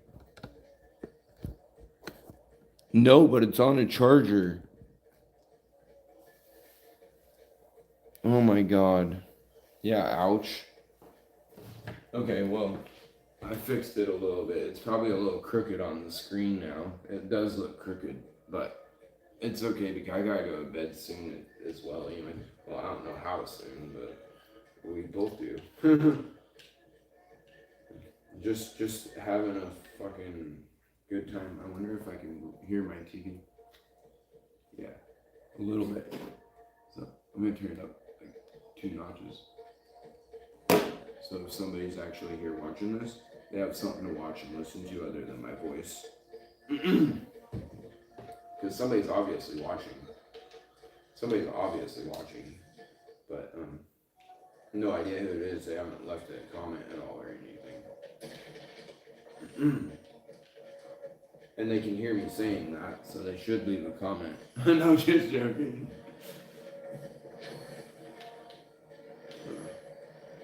Maybe they've never seen this game before, so they're like, what the fuck, dude? What is this crazy shit this person's playing?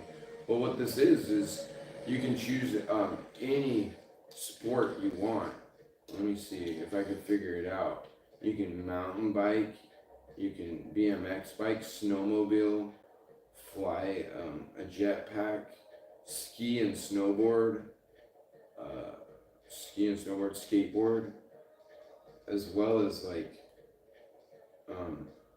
paraglide, paramotor, wingsuit. Do we have to like seriously? There's so much here, people. If you're watching this, this is an insane game, and if there's one game on this planet that's a sports game that's cool, this is probably it. This is the one. Dirt BMX, park BMX, free ride mountain bike, slope style mountain bike, funky bikes, race bikes downhill, road bikes, road race bikes, funky ones. We don't have the content for skateboards yet. Is there still somebody watching? Yeah, see, they're still watching. And they haven't left a comment yet. Snow race on snowboard, funky skis, which are actually like wood. Like these are 2x4s with bindings stuck on them. I'm not gonna go through and show it all because you'll just have to come back and check it out or buy the game yourself. But we could ski wherever we want, and we can mountain bike wherever we want. We can ski on the rocks. There doesn't even have to be snow. In fact, I can drop in right now on skis in the sky. You see this shit? I'll probably die. but that, yeah, I'm gonna die for sure. But no, this game's epic, and I don't play it enough to actually know. See, look, I'm skiing in the grass. Look at this. I'll ski on the asphalt, see? Woo! But it's not downhill yet. So you gotta find some downhill and ski, you know? That's what skiing is. Jump this mobile, woo! Flip. Dude, this game's, nothing is better than this as far as an action sports game. And then you can be like, oh fuck, well I wanna fly again, so you just put on the jetpack and go, dude. Oh wait, do I want a paramotor instead? Yeah, actually I do. I want a paramotor instead. Where is the paramotor? Wait, how come I can't find it? Oh yeah, it's right here. Oh yeah, paramotor. There we go, look. Hey guys, check me out. If you ever wanted a paramotor and you only want to spend $60, here it is. And you can see like the entire Riders Republic world, and the world is actually huge.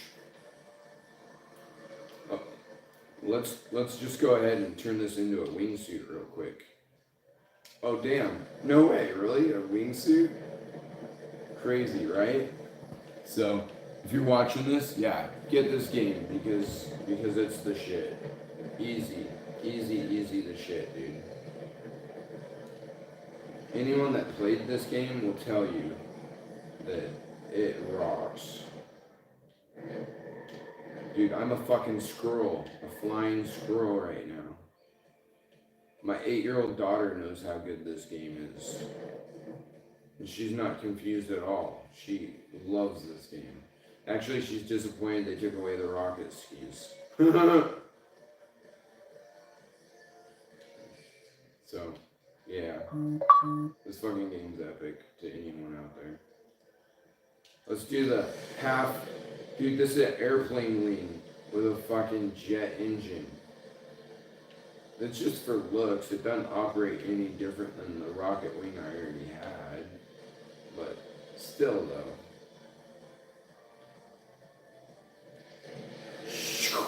You get turbo boosters. Yeah, it's fucking dope. If I sound like shit, it's because my throat hurts a little bit and my kids were sick and I'm getting sick. So you can suck a dick.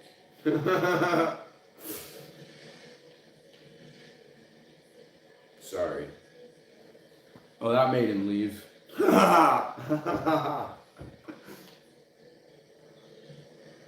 I wrote this is for adults. No, this game is a shit though.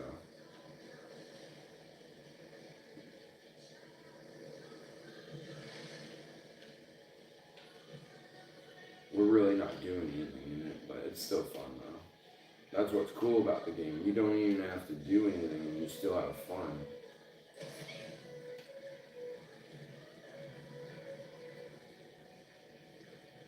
You can fly straight up all the way to the top of the map and jump from there with nothing, or parachute, whatever you want to do.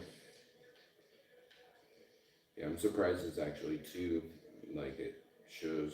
It's kind of crazy, but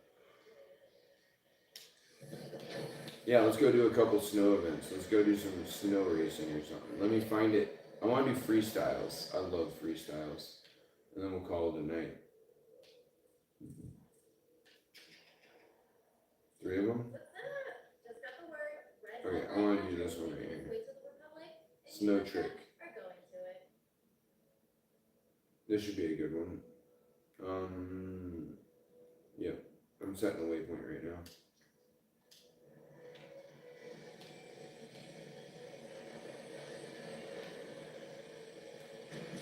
Mm-mm. 35,000 feet from me. You can follow me if you want. Shouldn't be too far, but you're skiing. I'm flying. Are you going to an event right now? Oh, okay. Okay, well I'm flying to this one. It shouldn't take too long. To the 30,000 feet one?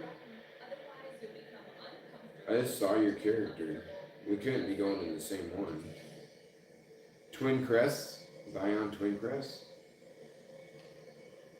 Oh, wait. Bryce Canyon? No, never mind. It's telling me where I'm at. It says Mammoth Eagle Lodge.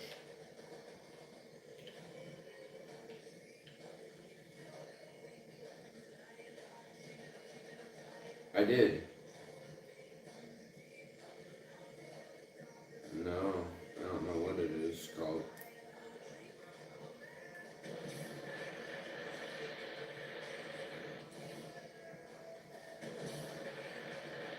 I'm just hoping that this is a good spot to be. I like Mammoth Parks.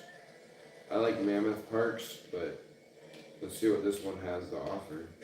If it's not good, I'm going to be kind of pissed. I thought there was a fast travel option, but I could be wrong.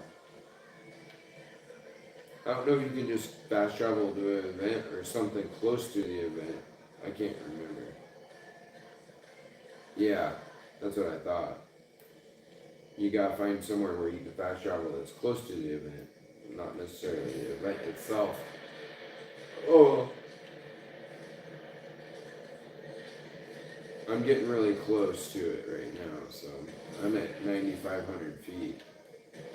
And I started out at 35,000. So, at this point, I'm literally 80% there compared to where I was, so 5,000, 6,000, 5,000 now. 4,500. It's fucking close, dude. And as soon as I get there, I can call you in.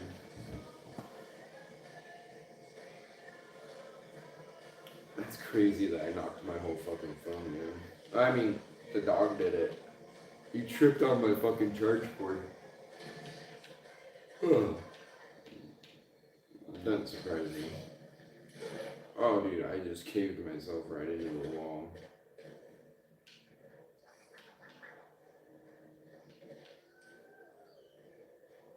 It's about time I pull out the snowmobile, actually, and fucking rip off that hill.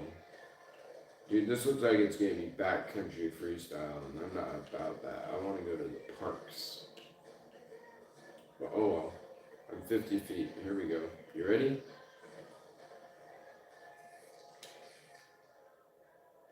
Snow Tricks Off-Track Event Bliss. That's what it's called. I didn't even read the objectives, because sometimes if you do the objectives, especially if you're in solo mode instead of multiplayer, it helps you get new equipment faster or something. I can't remember. I barely play this game for other than hobby anymore. It's just so fun.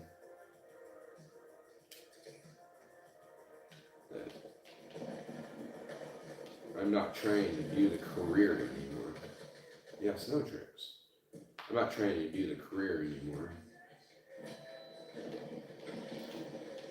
Oh, trick. Checkpoints too? Well, that's fucking nice. Oh shit. Oh, that rock though. Oh, dude, yeah. I don't know. This shit's cool. Feel sorry for anyone that don't own this game at this point. It's addicting. Especially if you're the type of person that already likes this kind of sports stuff.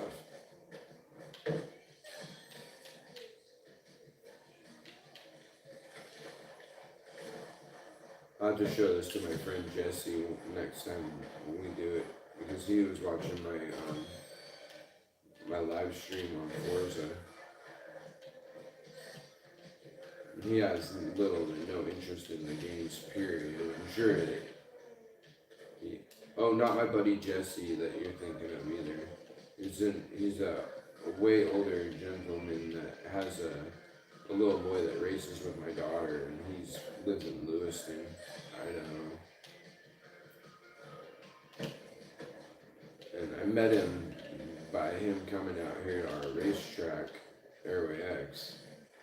And any race that he comes to there, at least since his son was on a 50, I'm gonna be there, almost no matter what. We make all races in our local racetrack. Oh shit, I already finished it. Hopefully you're close now. Shit, I should go to Mammoth Mountain. Oh, I don't know about that. Oh shit, I did win. That's if when you finish the finish line, you get another fucking 80 grand. More than, oh, you got another 10, or 5 rather. I always go to the funky board. I love the funky board because I feel like it gives you more points. We can try it again. I feel like the funky board gives you more points because you can do them crazy tricks where you're taking one foot off. I can't prove it yet.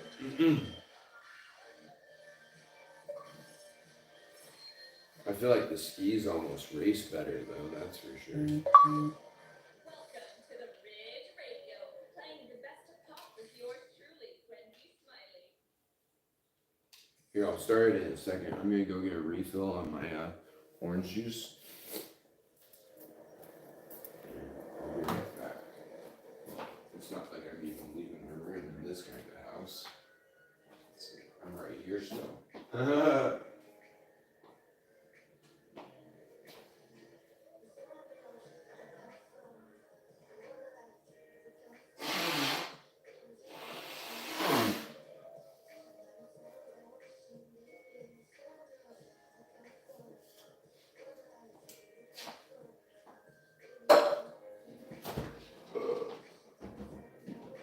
Yeah, a few more of these and then I'll go to bed because it's work day tomorrow. Not for me, but for Tiff.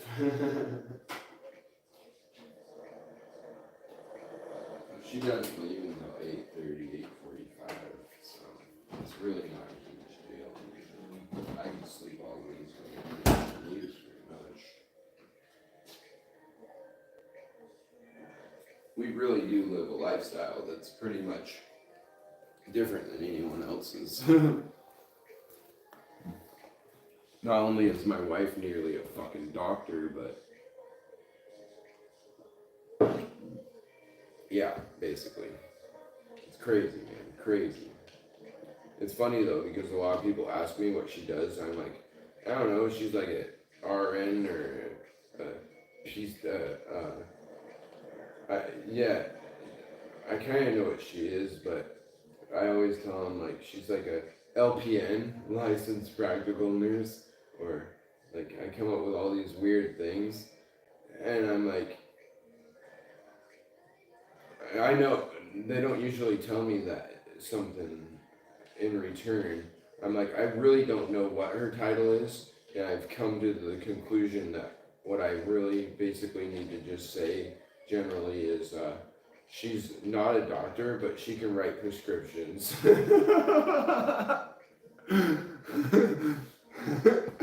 I think she's beyond an RN too, you know, like, I'm not sure. I'm not even, she tells me all the time, but since it's not my field, I don't really know. I'm like, it has nothing to do with cars, so I don't actually know. Yeah. Yeah. Mm-hmm. Yeah, she's told me the title many times. You ready to go to a different spot? I have no fucking clue because it's not my type of yeah, type of, yeah, I have no fucking clue what any of them are. But it's not even PA. It's, oh, she's oh fuck, it just came up and then went away, dude. I've told people she's a pediatrician, but just basically what she is. But she doesn't work with kids. She would like to, but yeah, let's fly to something. Or let me try a fast travel to it. Fuck, it's like right on the edge of my tongue because she's told me a million times. I guess physician's assistant is pretty much fast travel nearby. Hey, oh dude, fuck, dude, I flew to this shit. Okay, we're going to this. What do you want to do? A snowmobile one? A snowmobile freestyle?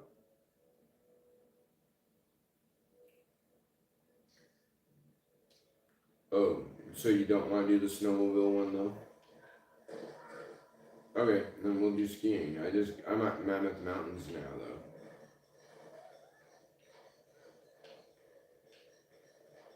God damn, I can't think of it. So funny. Because I've had hundreds of people ask me before what my wife does. And it's always I'm telling them these low-level fucking titles, dude. It's so funny. Because I don't know. I have no fucking clue. But then I concluded the best thing I can do is tell them that she can write prescriptions.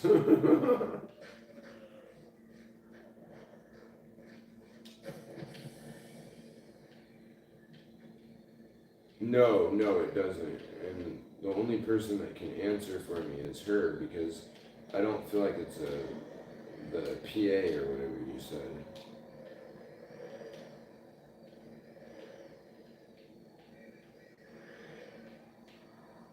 Yeah.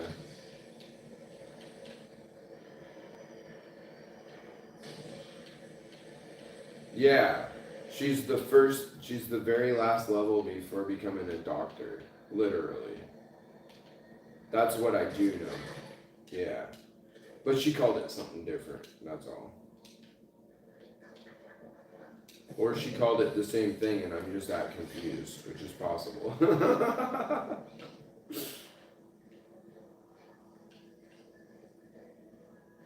These are all races, dude.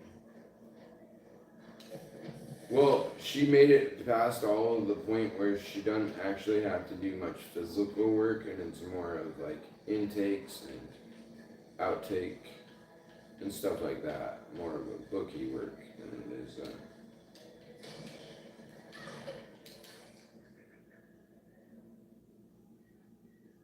Alright, we'll try, I guess. I can't find all the parks, but this says it's a park event.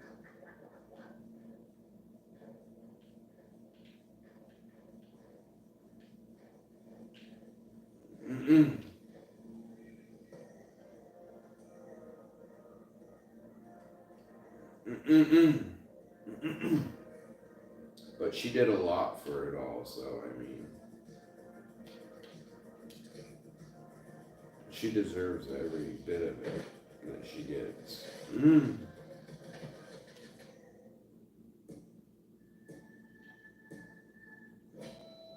Oh, come on. it's still a park. That's good. No, it's a shitty park. I remember this. I hate this park. It's like a race park.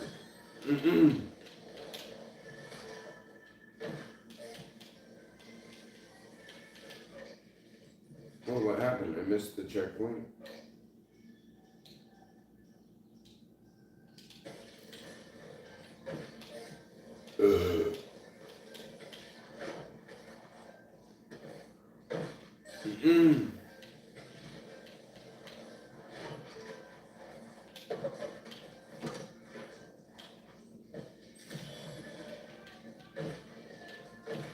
Is there one called a CPA? Certified? Oh, yeah, duh. No. So I'm not sure still. I think it's exactly what you said it was, but I'm just confused.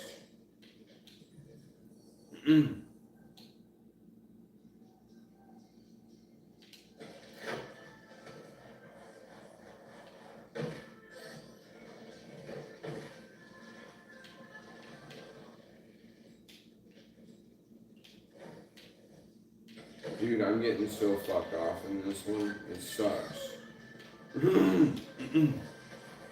I hate these ones that aren't parky.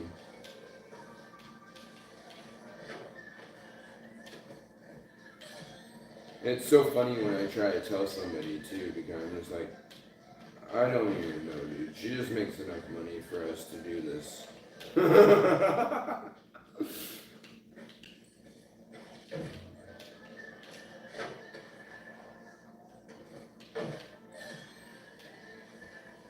And I don't know why it is that way, but I just can't. I can't remember it ever.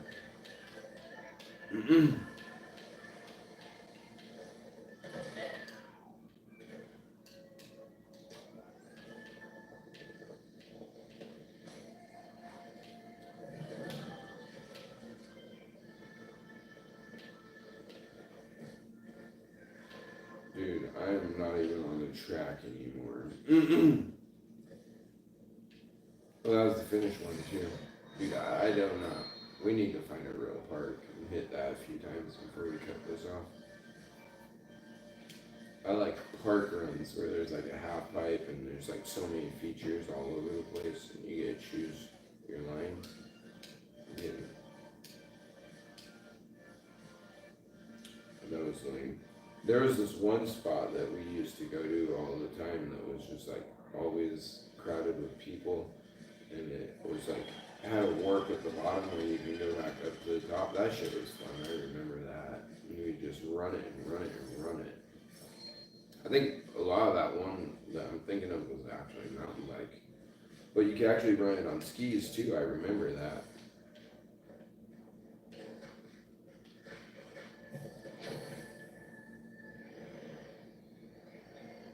Physician's assistant? I think you're right, dude. I think you're right. I'm pretty sure that's exactly her title.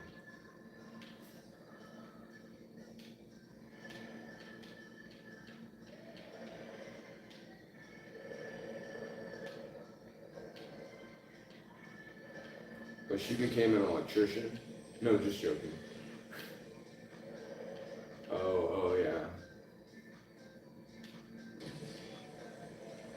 Yeah, but it's not, in my eyes and Tiffany's eyes and stuff, it's just not worth that extra amount of schooling and debt to make an extra $45,000 a year.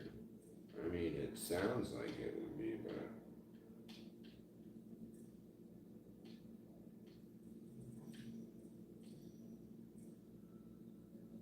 she's just tired of it. Yeah. She's been in school since she was 18 doing this exact career. So it's pointless to go any further at this point.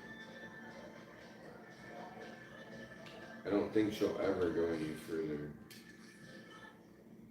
And that's not saying she won't. I'm just saying that I think she's happy with where she's at. I'm not sure what the max she can make at where she's at, but I think it's upwards of $170,000 a year.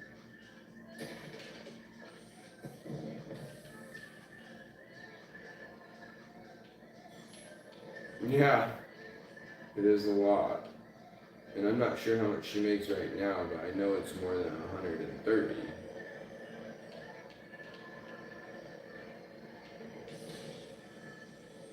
Right?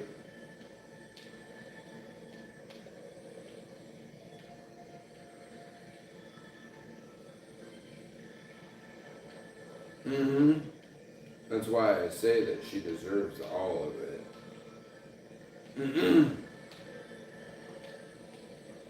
Because she worked so hard for it. Oh, where's your balloon at?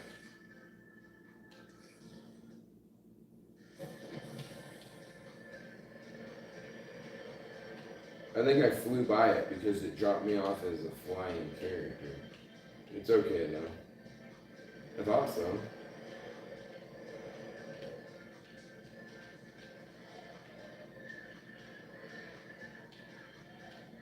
Yeah, maybe it wasn't there for me. Oh, okay, so I probably didn't have it. I mean, I already had it. That's what I meant.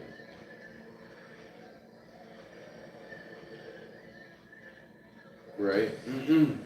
I either did get it and don't remember, which is very likely, or I didn't have. I already had it, which is also likely. News just landed, Chen. You scored yourself an Here. invite to Rich TV's Ball of I'm going Radio back here real quick. Go suit up. Hold my beer. That's it. Hold my beer. Say cheese and pass through camera spots. Score 40,000 points with the ski lift cable. Score 280,000 points with a 1-foot board. Oh, I got that. Fast travel. Hold my bear. That's what I need. You ready?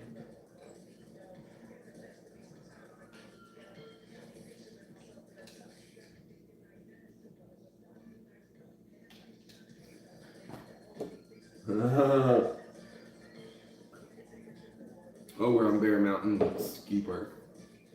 That's why it says that. Joining failed. You're stupid. No, just the game is stupid. I was saying. But you got disconnected. That's really weird. Maybe the game doesn't like me. Here, I'll re-invite you.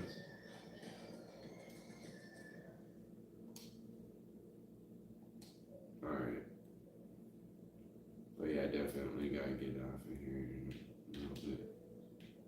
I just want to do a good one. Damn it. Invite everyone to the game. How come I can't invite you to the game? Are we really not in the same session anymore?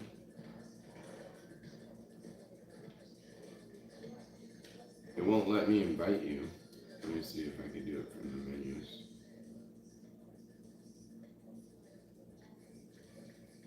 I don't know enough about the game. Oh, I got you.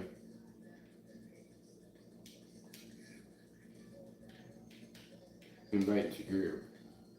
Cross-gen warning. By grouping with this player, you will be placed in mass races that contain a reduced number of players.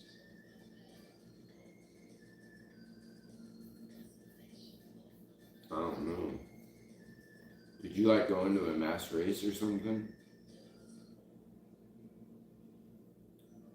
Maybe on the Xbox XS, they have a larger number of players that can be in the mass races. Interesting. Which is very possible. I don't know the capabilities of this machine. I do like it. Let me go feel if it's hot at all. Because Breeze Room's really hot. I don't feel the heat coming off of it that Breeze does, but it's definitely warm down here. Yeah, it's pretty hot. it's not concerning, huh? And neither was hers, really. Black and yellow, black and yellow, black and yellow. Every level, every level, every level.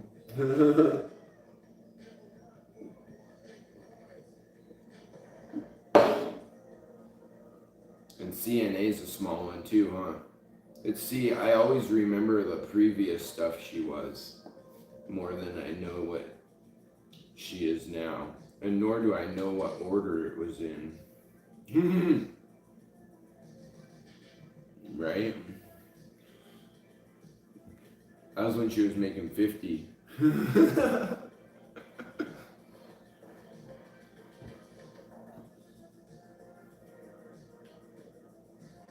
Right? No, I get it.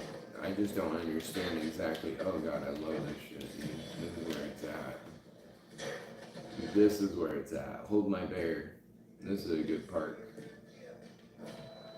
We'll have to do this a couple times. Oh shit. It took off to the side. Oh, a front flip onto it. Quit front flipping. Oh my god, my practice run was perfect.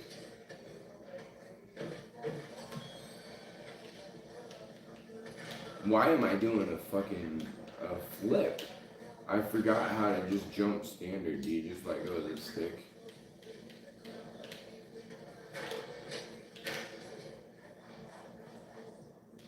Well, I remember this level because this is the bear face that I used to actually be able to get up on top of it, but I'm either too tired or something, I'm not sure. Barely played this game lately, for one. And I'm a button smasher to begin with.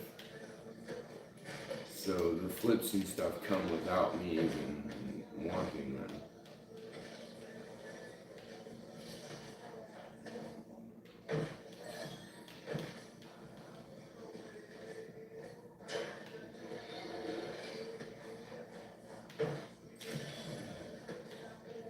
I remember at one point I had it figured out to where I knew how to hop onto rails and not flip myself onto my head.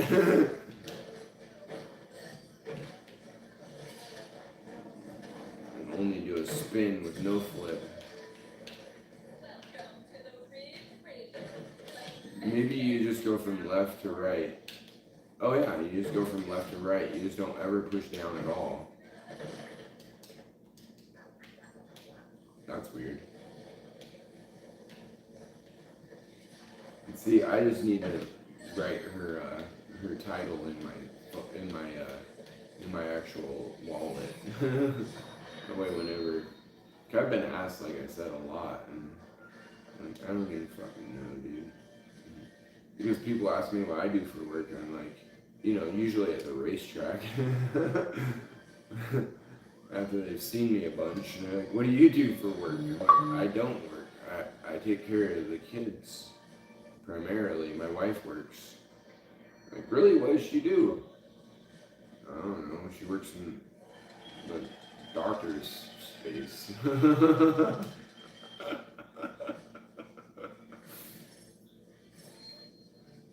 Right now, she works with people that are on in and out of hospice, which she's actually. It's likely that she won't even leave her job right now because the people treat her so good that not only did they give her $5,000 as soon as they heard that her house burned down, but they keep giving her just all these gifts and fucking just shit just keeps pouring in for her. And she's like, I've never had hospitality from any work I've ever had in my life. And if she sees 16 patients a day, which right now isn't possible because they're kind of new to our city and our location, and so like she has 32 patients in each facility, that means she would have to see at least half of them, which generally she doesn't see half of the patients because not half of them are needing to be seen every day. So there's not enough patients for her to see 16 in a day yet. But if she sees 16 in a day, she'll get a year $50,000. just bonus. Or quarterly bonus, I think. She has the ability to make an extra $120,000 in bonuses if she can see 16 patients a day. 120 grand a year in bonuses.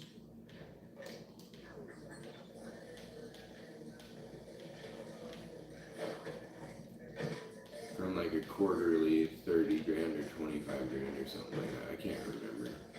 She knows. She knows that she's not meeting that 16 patient quota right now, but all she has to do is stay there. And she's already been, what do you call it? She already has reason to stay there. One thing is that the $5,000 that they gave her, they said after 6 months, if she's still working there after 6 months, then she only owes them 50% of it. And after a year, they'll write the whole $5,000 off. So all she has to do is work there for a year, and the $5,000 that they gave her is free and clear. And she wasn't planning on leaving already.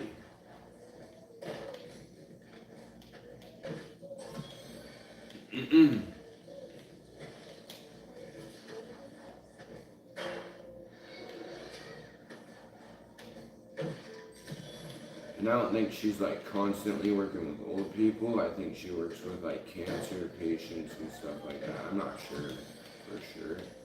But some of them are probably old, but a lot of them are like either near death and maybe recovering, or near death and not able to be recovered and stuff like that. I don't really even know. I don't get into the work conversation with her that much. For one, generally you don't want to bring work home anyway, so.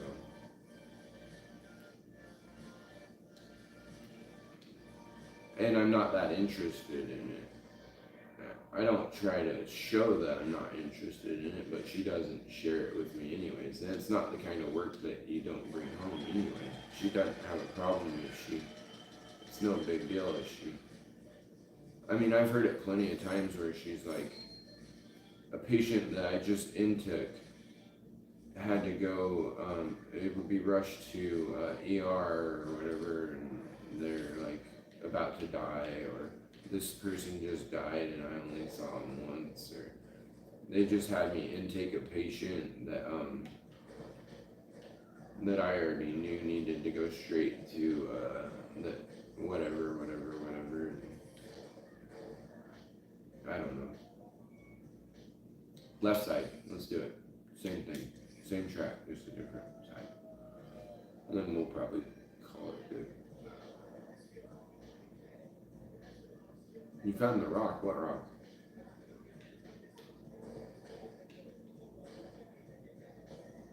Oh, you know where it is? Of course you do. When we stop, you'll go right back there.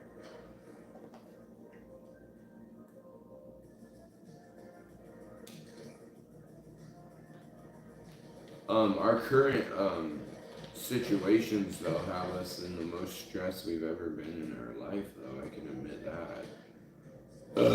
We fought a lot lately, and like, I've even told my mom once that we're about to get a fucking divorce and shit, you know, shit gets crazy sometimes with what we're dealing with, but we're both strong and we're both on the same page, and neither of us really want to fail in this situation, so.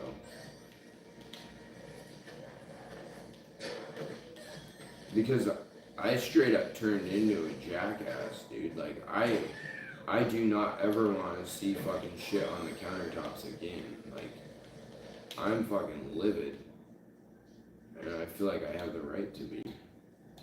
But, yeah, I missed this turn too. And you know how nice it feels to get up every day and just the house is just pretty much spotless? Oh my god. I mean, your guys' house is hella clean all the time, so you do know. I'd have to say my wife doesn't do that great of a job of keeping the house clean, but neither do I most of the time. But she's the worker, you know. I mean, she has another job other than. But we're working really well together, and we're on the same page. And she's helping make sure things are a little tighter around the house. So we still don't have a mail organizer and shit, and that's always been one of my big things. It's like I can't go through the mail at all, you know. I can't choose what's garbage and what's not, what bills already been paid and what hasn't. You know, that's not my job, but it's the mess that I have to deal with, and I don't know what to do with it. Alright, you're listening to Ridge Radio. I'm Wendy, here to tell And you it's always been that way. the thing you can do with the Republic is play We just gotta figure it out together and work on it together.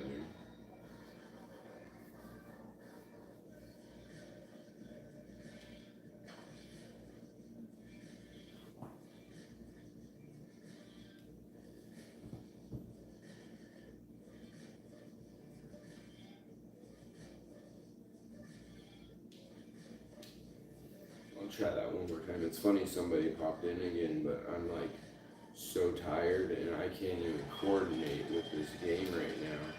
Generally I kick ass, but I'm falling every single jump I hit. It's kind of funny. Yeah, let's do one more and call it good. You want to do left side again or try? Oh yeah, let's hit that. You at it?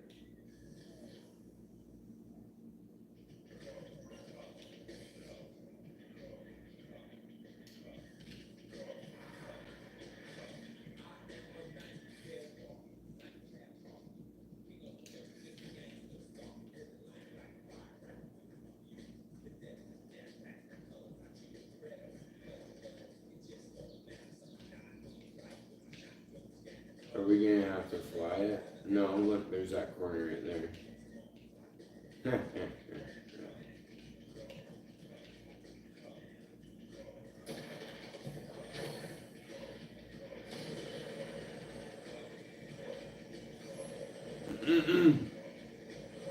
We're at the skate park. Hell yeah, dude, this shit looks dope. I want to get the skate DLC for this game. Look at this big mega ramp. You just came off of it, I think. Fuck yeah, dude. Just, yeah, you just flew off of it, or by it. Fuck, dude.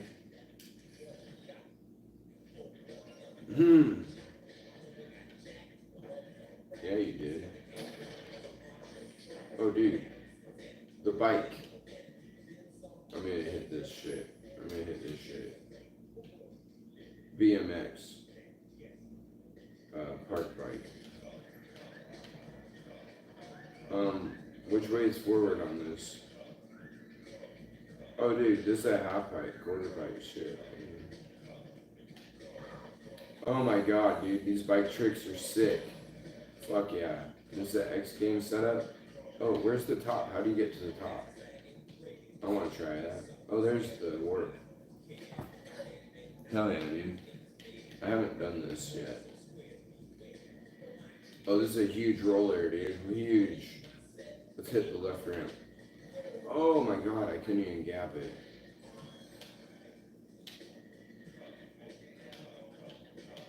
I couldn't even gap it at all. Is there a way to go faster? I think the LB button, right? Yeah, that's how you really cruise. But then you can't steer. Oh my Jesus, dude, I overjumped to flat. Oh, and the quarter pipe is fucking epic. Oh, I landed with my feet off the pedals. Let's do one more park run after I do this. I want to do the left ramp real quick. Oh, fuck yeah, dude. Oh my goodness. Oh, dude, that was epic as fuck, dude. I'm gonna have to record that. Record it. It's recorded. I'm gonna set that bitch live. Dude, that was epic. It should upload all on its own.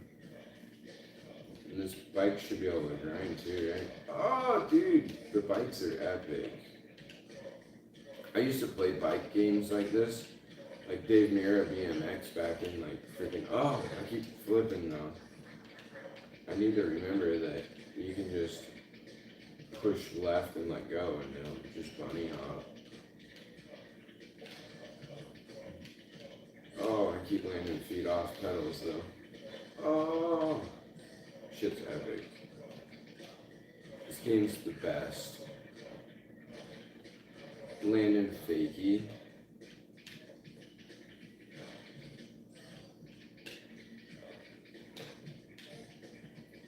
Alright, I'm gonna go do that.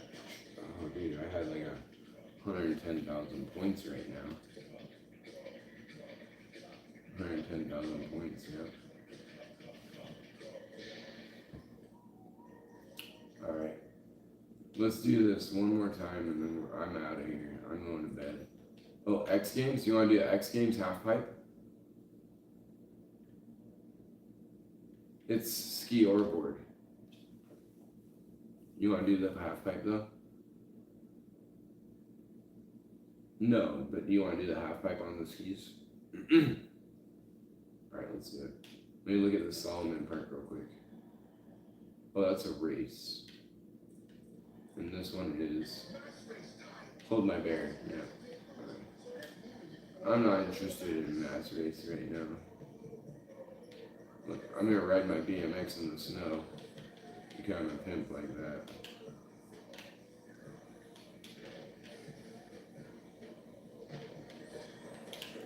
It's funny how I get so shitty at this game when I start getting tired. Oh dude, I got hauling ass. If you hold the LB button for long enough, you start flying.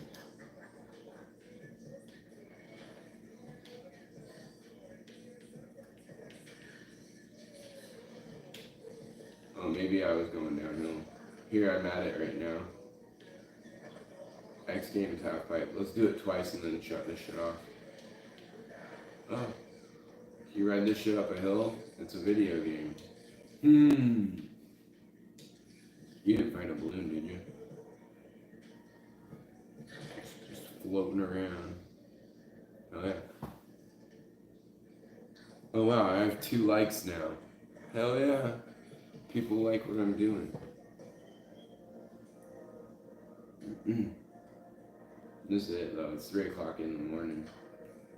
I'm like wasted. I'm just using my cell phone to live stream mobile and I have it on a tripod. Oh, they left, which is cool. I don't care.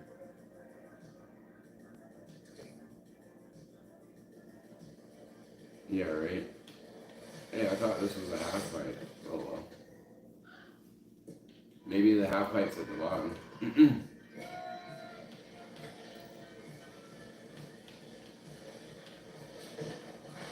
Oh yeah, I'm wasted. Look at that shit, dude. It's because oh, they're calling out our tricks, dude. Do you know who Trip Rogers is? Have you ever heard that name before?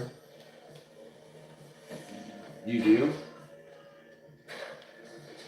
That's the announcer at our track every single time the kids race.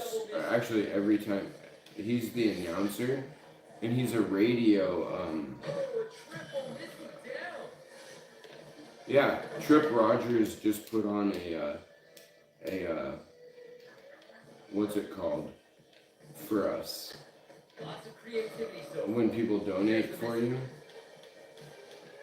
Because Trip Rogers loves my daughter. And now I just realized that Trip Rogers was like the announcer for 94.5 back in the day. Yeah, he's a radio voice. He's on a radio station right now. And he does, I can't remember what one he's on right now. KGBE or something like that. He just started it again just recently. But he's been doing radio announcements since, he's been a radio announcer since fucking for like 35 years or something. Brooks runs like an angry beaver on adrenaline. By completing the Snow Tricks career, you're now one step Right? closer to qualifying for the Riders And, Invitational. Let's keep hunting that. Pretty much every single race that we go to, Trip Rogers is there. He's the one that's the announcer at Airway X, and he's the announcer at the flat track, and he's the announcer for Lewiston motocross racing. And, Trip Rogers loves my daughter and us personally. When he was telling us about fire he had, and he told me, you just need to keep talking to people. He was about to cry at me. And like, to realize who Trip Rogers really is and the fact that he's involved in our life blows my mind. Right? Yeah, it's pretty crazy, right? I'm like, wow, dude. I think oh, snow skate. That's cool. That's a toy. Yeah, dude. I was pretty stoked when I thought that's the thing about it though, is I was like, I recognize this guy so bad. The voice that's always at the track, calling what race it is and stuff. Like, I swear to God, I've seen this guy, heard him on TV or whatever. That's how famous I felt like he was. And then I always known him as Trip. But I added him on Facebook, and I had to look him up as Trip Rogers. I'm like, oh my fucking God, this is the guy that's been like on the radio my whole life. and he knows us personally, like personally, not just us, obviously. Anyone that races, dude, like he's involved in the race scene so heavily. That's what his title is, even on Facebook, is something about the racing, motocross racing announcer. But was also a radio announcer. And right now he's covering for somebody. I don't know if it's covering or he's just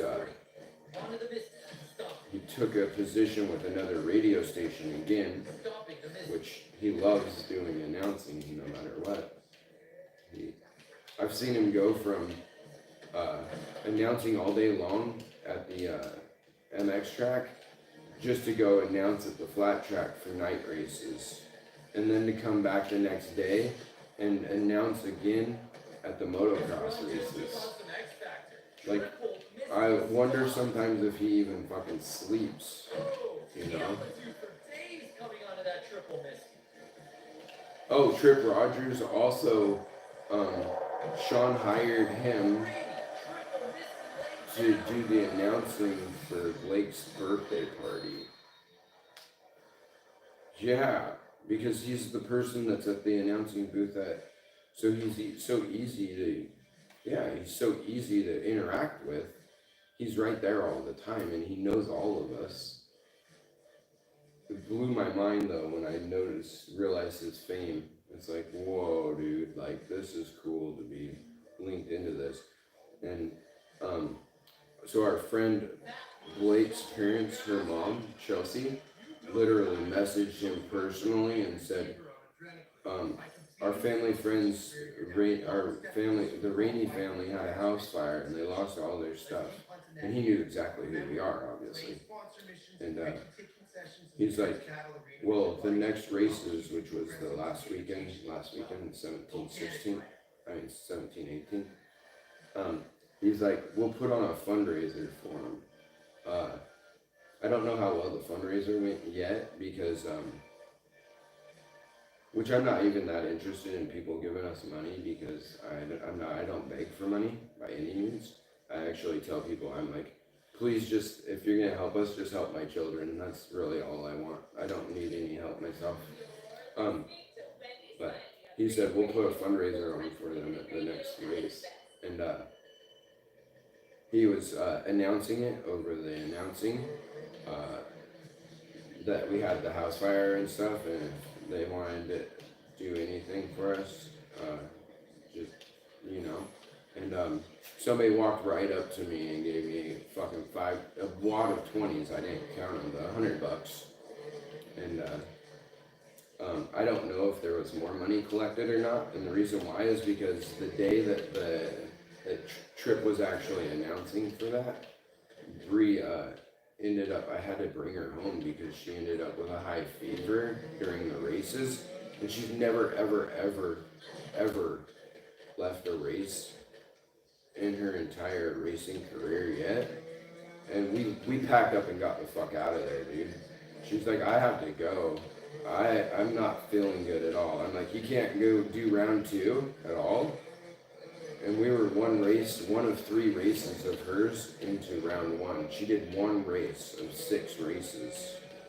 That's it. And I packed her shit up and got the fuck out of there, dude. I was like, I've never heard her tell me that we have to go. So we are leaving. And I'm sorry to all you people. And they're like, no, don't be sorry. We're glad you even made it at all.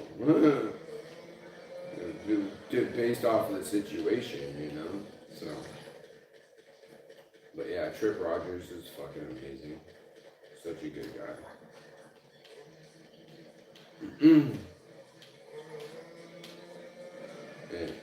and then to realize, you know, that he's like the face of radio as we know it. It's like, whoa, wait, he's like almost like the Breakfast Boys, you know?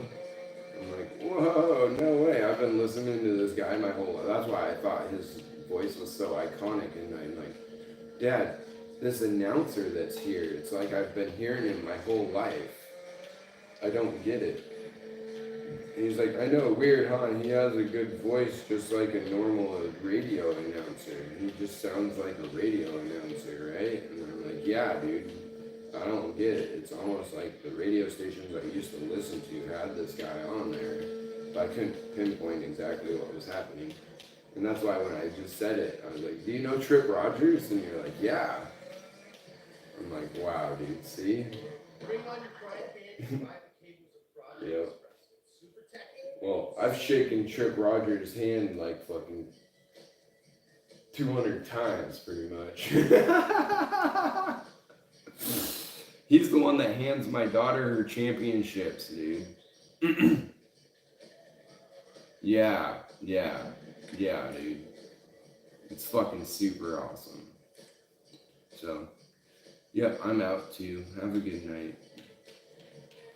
And anytime you go to the races, just remember, it's likely Trip Rogers that's up there announcing all of the riders. 95% of the time, unless if he's somewhere else, he's right there at those tracks. Fucking. And like I said, he's actually left our track to go to Lewiston, where they have more motocross racing. It's like a sewer.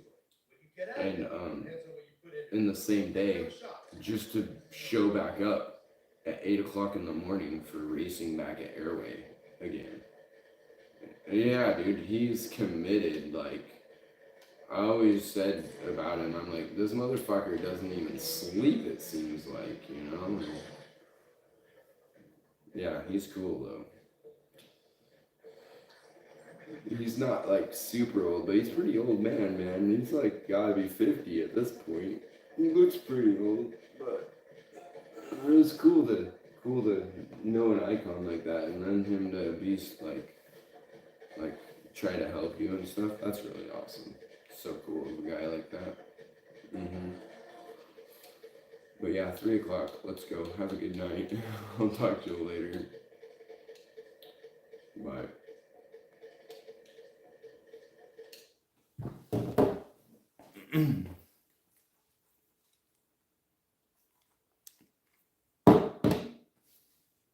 Alright guys, we are out of here. I've been doing this for like, I don't even know, 5 hours. And there's nobody here watching anyways. I have no comments, but I've seen a lot of people hop in and hop out.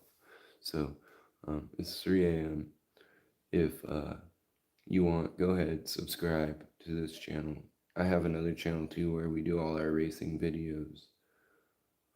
Because we do motocross racing. But this channel is my personal channel, not my family channel. So we will be doing more video games, mostly Forza content. Monster Energy Supercross, I like that game. We were just hanging out for the day, so we will talk to you later and come back if you'd like. We have some interesting conversations. We went over cannabis, we went over career fields, we went over so much stuff, I don't even know. And on this channel, it's more adult oriented content. So these live streams happen generally on the video game after my kids are in bed. Have a good night, and we will see you later.